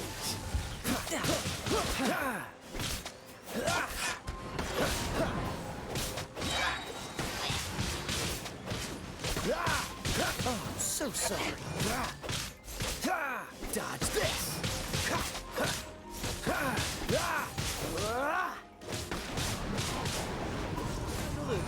Riptide.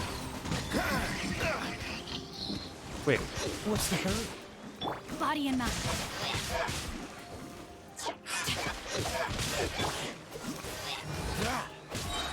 This moment will be frozen in time.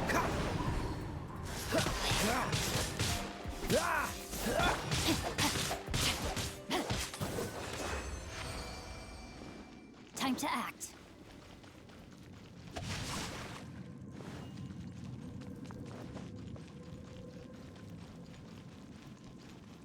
Nice. I feel like that went a little smoother than when I usually do this domain on my own, because my two main DPSs are Pyro and Electro, which don't work in this domain.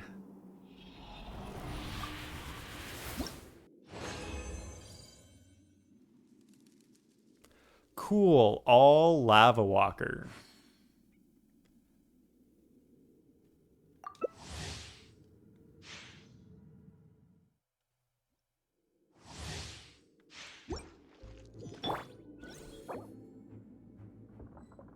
Man, those child cooldowns really get you. Oh, I bet. Oh man, there was a good meme, I think, in like Winnie's channel about freeze. Something is temporary, but child's skill cooldown is forever. I loved it.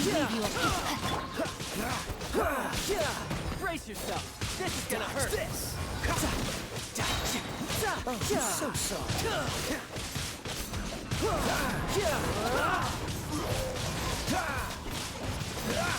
Cool it.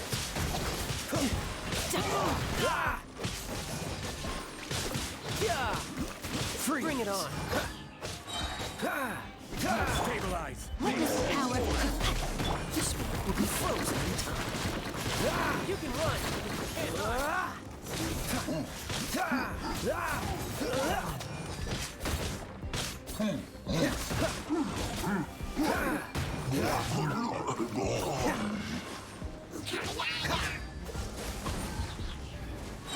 Oh, so sorry. Wait, where's the other one? Rain cutter. Solidify. I will have order.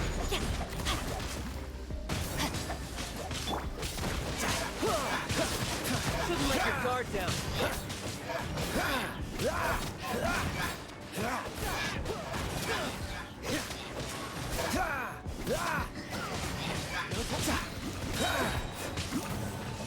Wow. Nice, we killed the Abyss Mages at the same time. Perfect.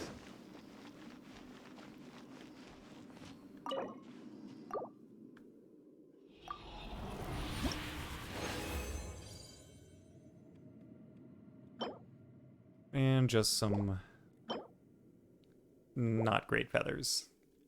Alright. Let's go again.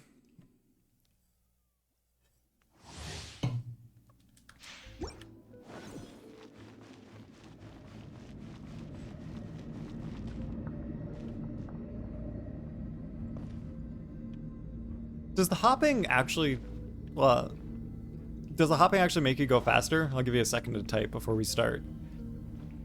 It seems like it does, because I see players doing it all the time, but I'm not totally sure. Okay, yeah, it does. Interesting.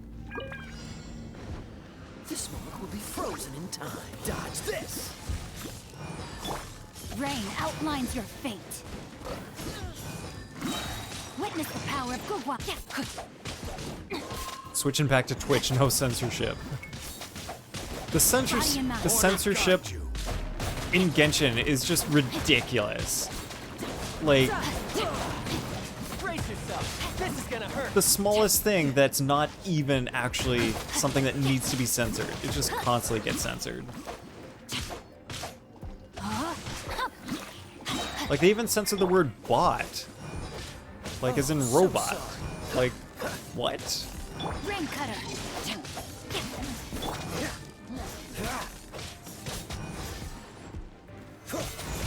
I will have order. Cool it.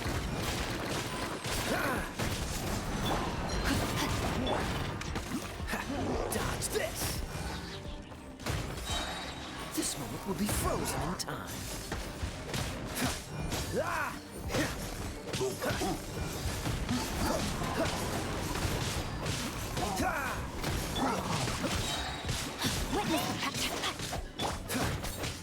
Freeze. Gather.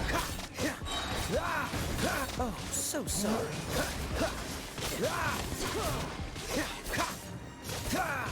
Cool it.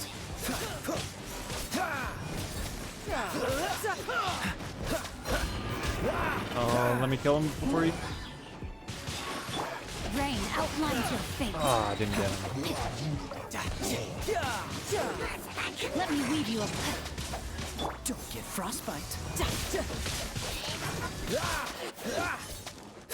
Shouldn't let your guard down. Freeze. Doing well. Dodge this. No, my Oh wait, where'd he go?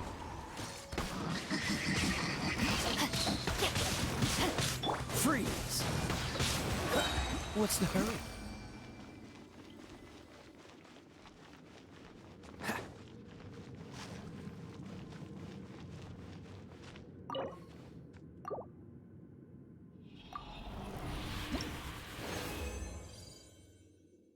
Oh man, more lava. I can't believe I got 3 artifacts every single time.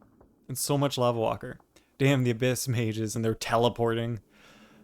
Any enemies in this game that teleport are annoying. Like those Electro Sison mages. And Cryo, I guess. Oh yeah, I'm out of condensed resin.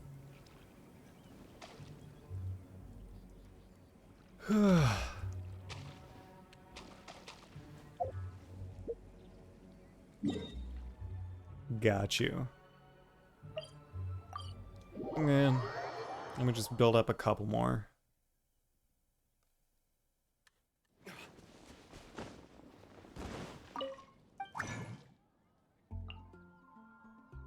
I need 3.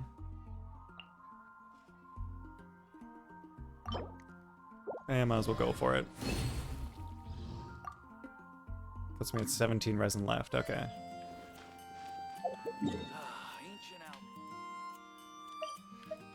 Alright, coming back.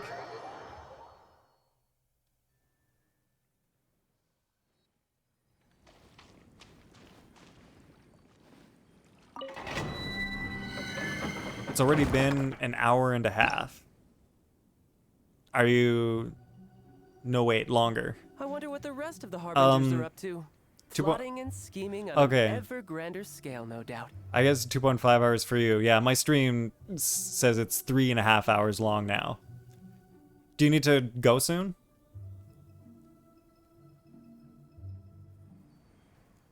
Yeah, you got here an hour in.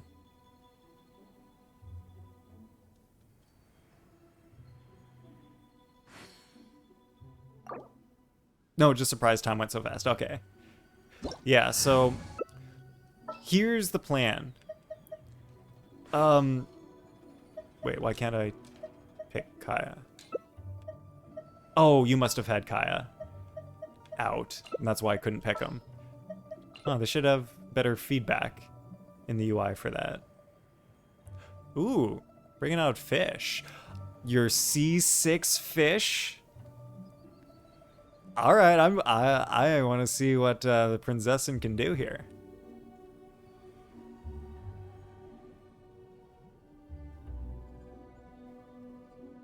Wait, you wish? Wait, I thought you said you got C6. Was it just a constellation? Oh, wait. Oh, wait. Yeah, you're right. Electro's punished in this domain. I totally forgot. Can't overload. Yeah, you got C6, but you can't use her.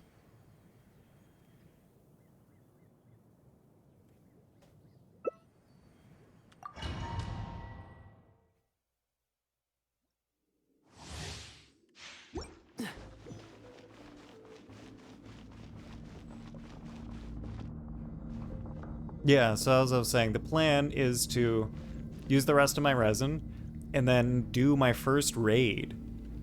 So this will be an interesting experience. So sorry.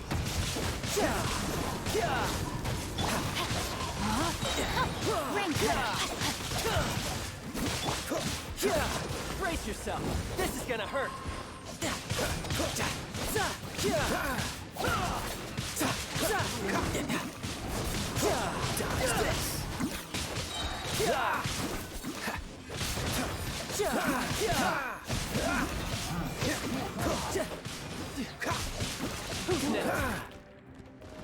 Don't get frostbite. Order guide you. Cool it.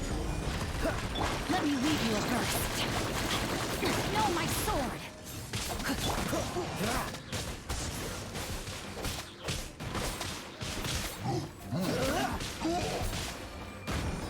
Dodge this. Oh, so sorry.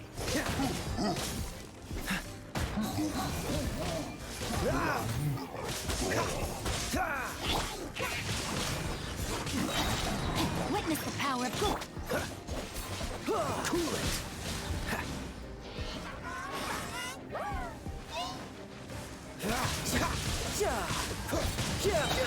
This one will be frozen in time.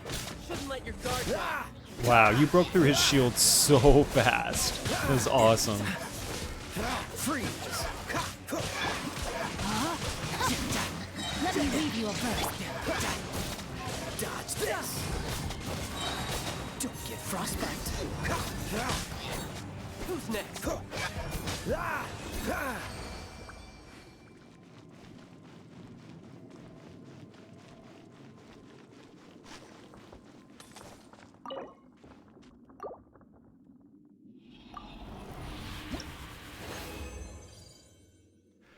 Cool, more lava walker. What a day.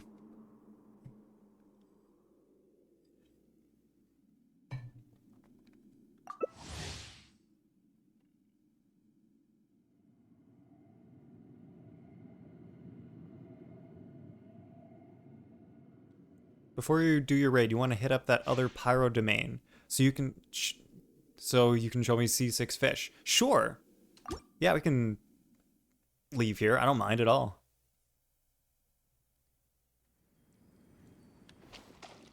That's the one in... Oh, and try out the invite again. Oh, do you want to... Oh, yeah. So you're saying, like, you want to finish up my resin here and then try out the other one? The other one is... this place? The Taishan Mansion?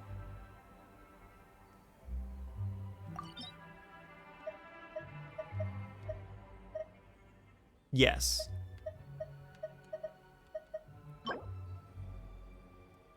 Actually, let me check. It might actually not be too bad for me to get some books there.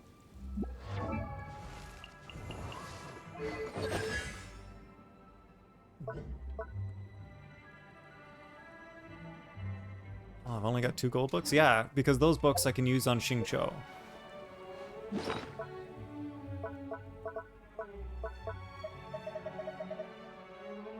Let's see. Oh, yeah, I need those books. So, yeah, I don't mind going and doing that. I can do my resin there. I'm cool with that. Let's go.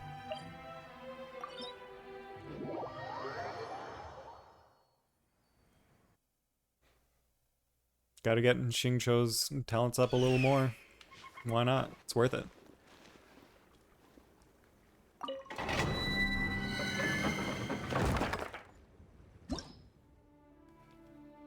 Okay, I have not done this one too much. So, yeah, Hydro, Cryo, or Electro. Ooh, so I can bring Razor here.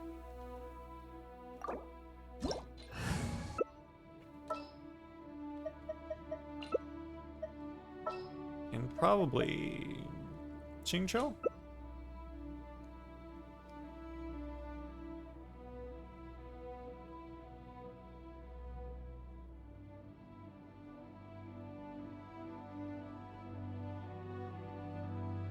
I've actually, like, this must be new in 1.6. I've never seen this orange spinning symbol before. Not totally sure what it means. Maybe, like, stabilizing the internet connection or something?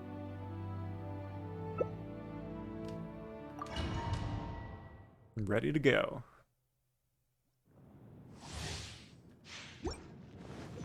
Oh, no. Well, this is a pickle. Oh, it means you're editing the characters. Got it. My Razor is very low on health, which is interesting. Gotta feed him.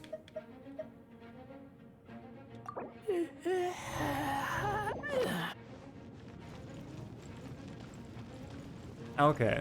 Alright, I will remember that from now on. It means editing the characters. Cool. Wait. And I'll switch Razor's weapon to the good one. Here we go. No, my sword!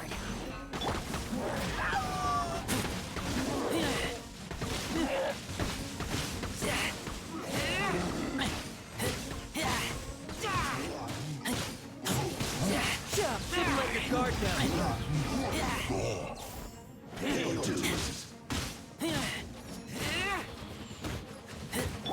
Rain outlines your face. Oh, I forgot. I've got C4 now.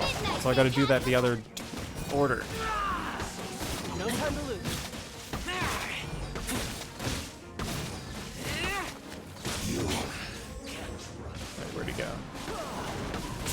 yourself. This is gonna hurt.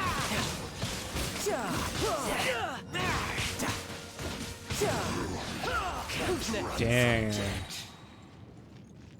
Wait, a minute 38? It felt faster than that.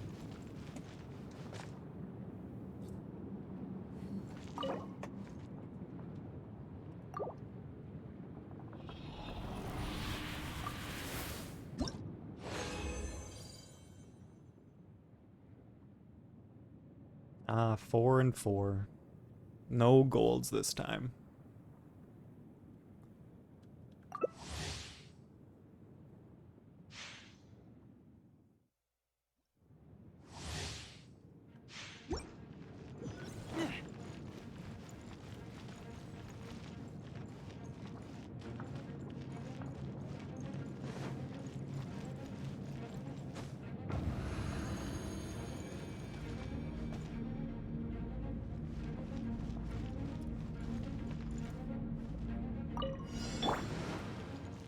Witness the power of know my sword, body and mind.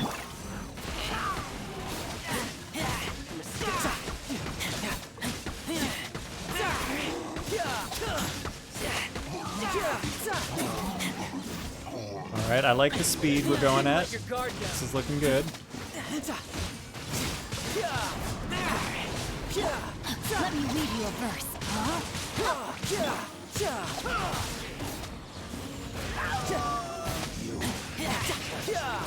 No time to lose.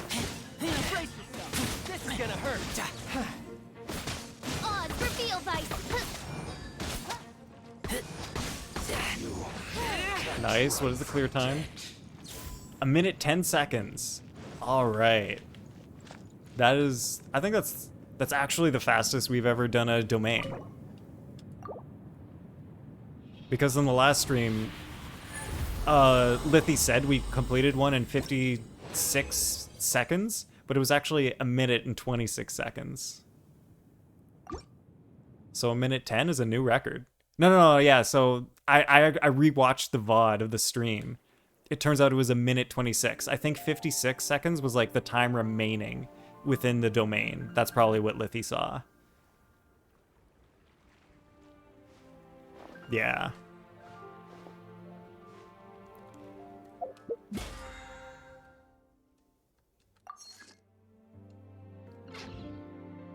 You timed it to 56 seconds?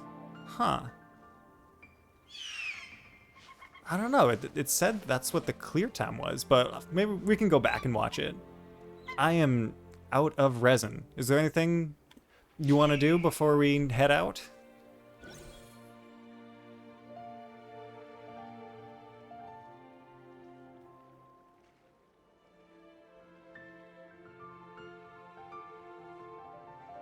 I still have a lot to do at the guild. How about you take a rest while I go back?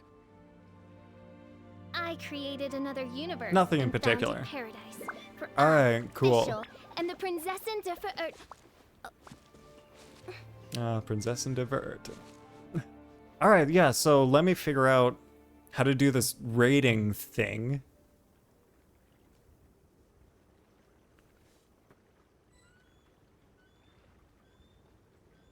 And, oh yeah, before we do, wait, fully raid for sure, man. Yeah, so before we totally go, I'd like to thank you again for being here, Large Poggers. It's absolutely always a pleasure to have you here.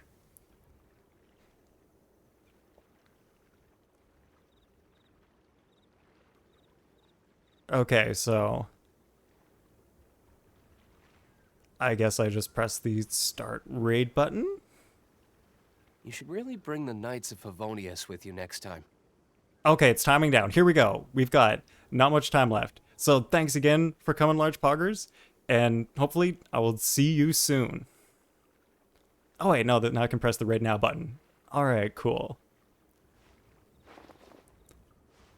Stream out.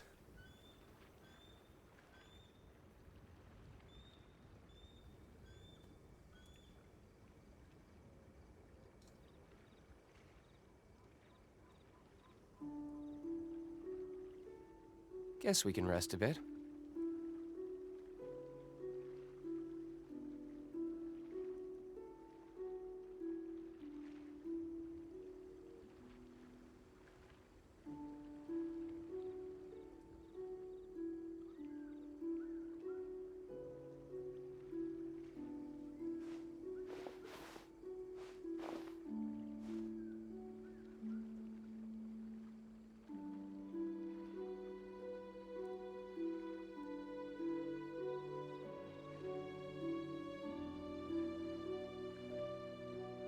You should really bring the Knights of Favonius with you next time.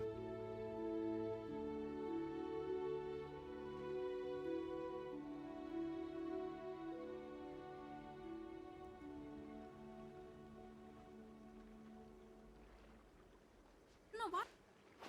Oh, how have you been? For those who just joined, by the way, we are doing a brand new series called Bosses and Banter. A new weekly thing on the stream. Today we have Meichu and Kev as our guests for the week. What's good? Maybe we can... I'm here already, guys. Say less. Say less. Tefe, why didn't you run faster? You teleported before me. Frick. It is faster, guys. It's faster this way, trust me. Yeah, okay. We're not capping. We're not capping. Yeah, last week when we did this, we reached here before waiting. Alright. Wait, I don't want to use this team characters, you guys.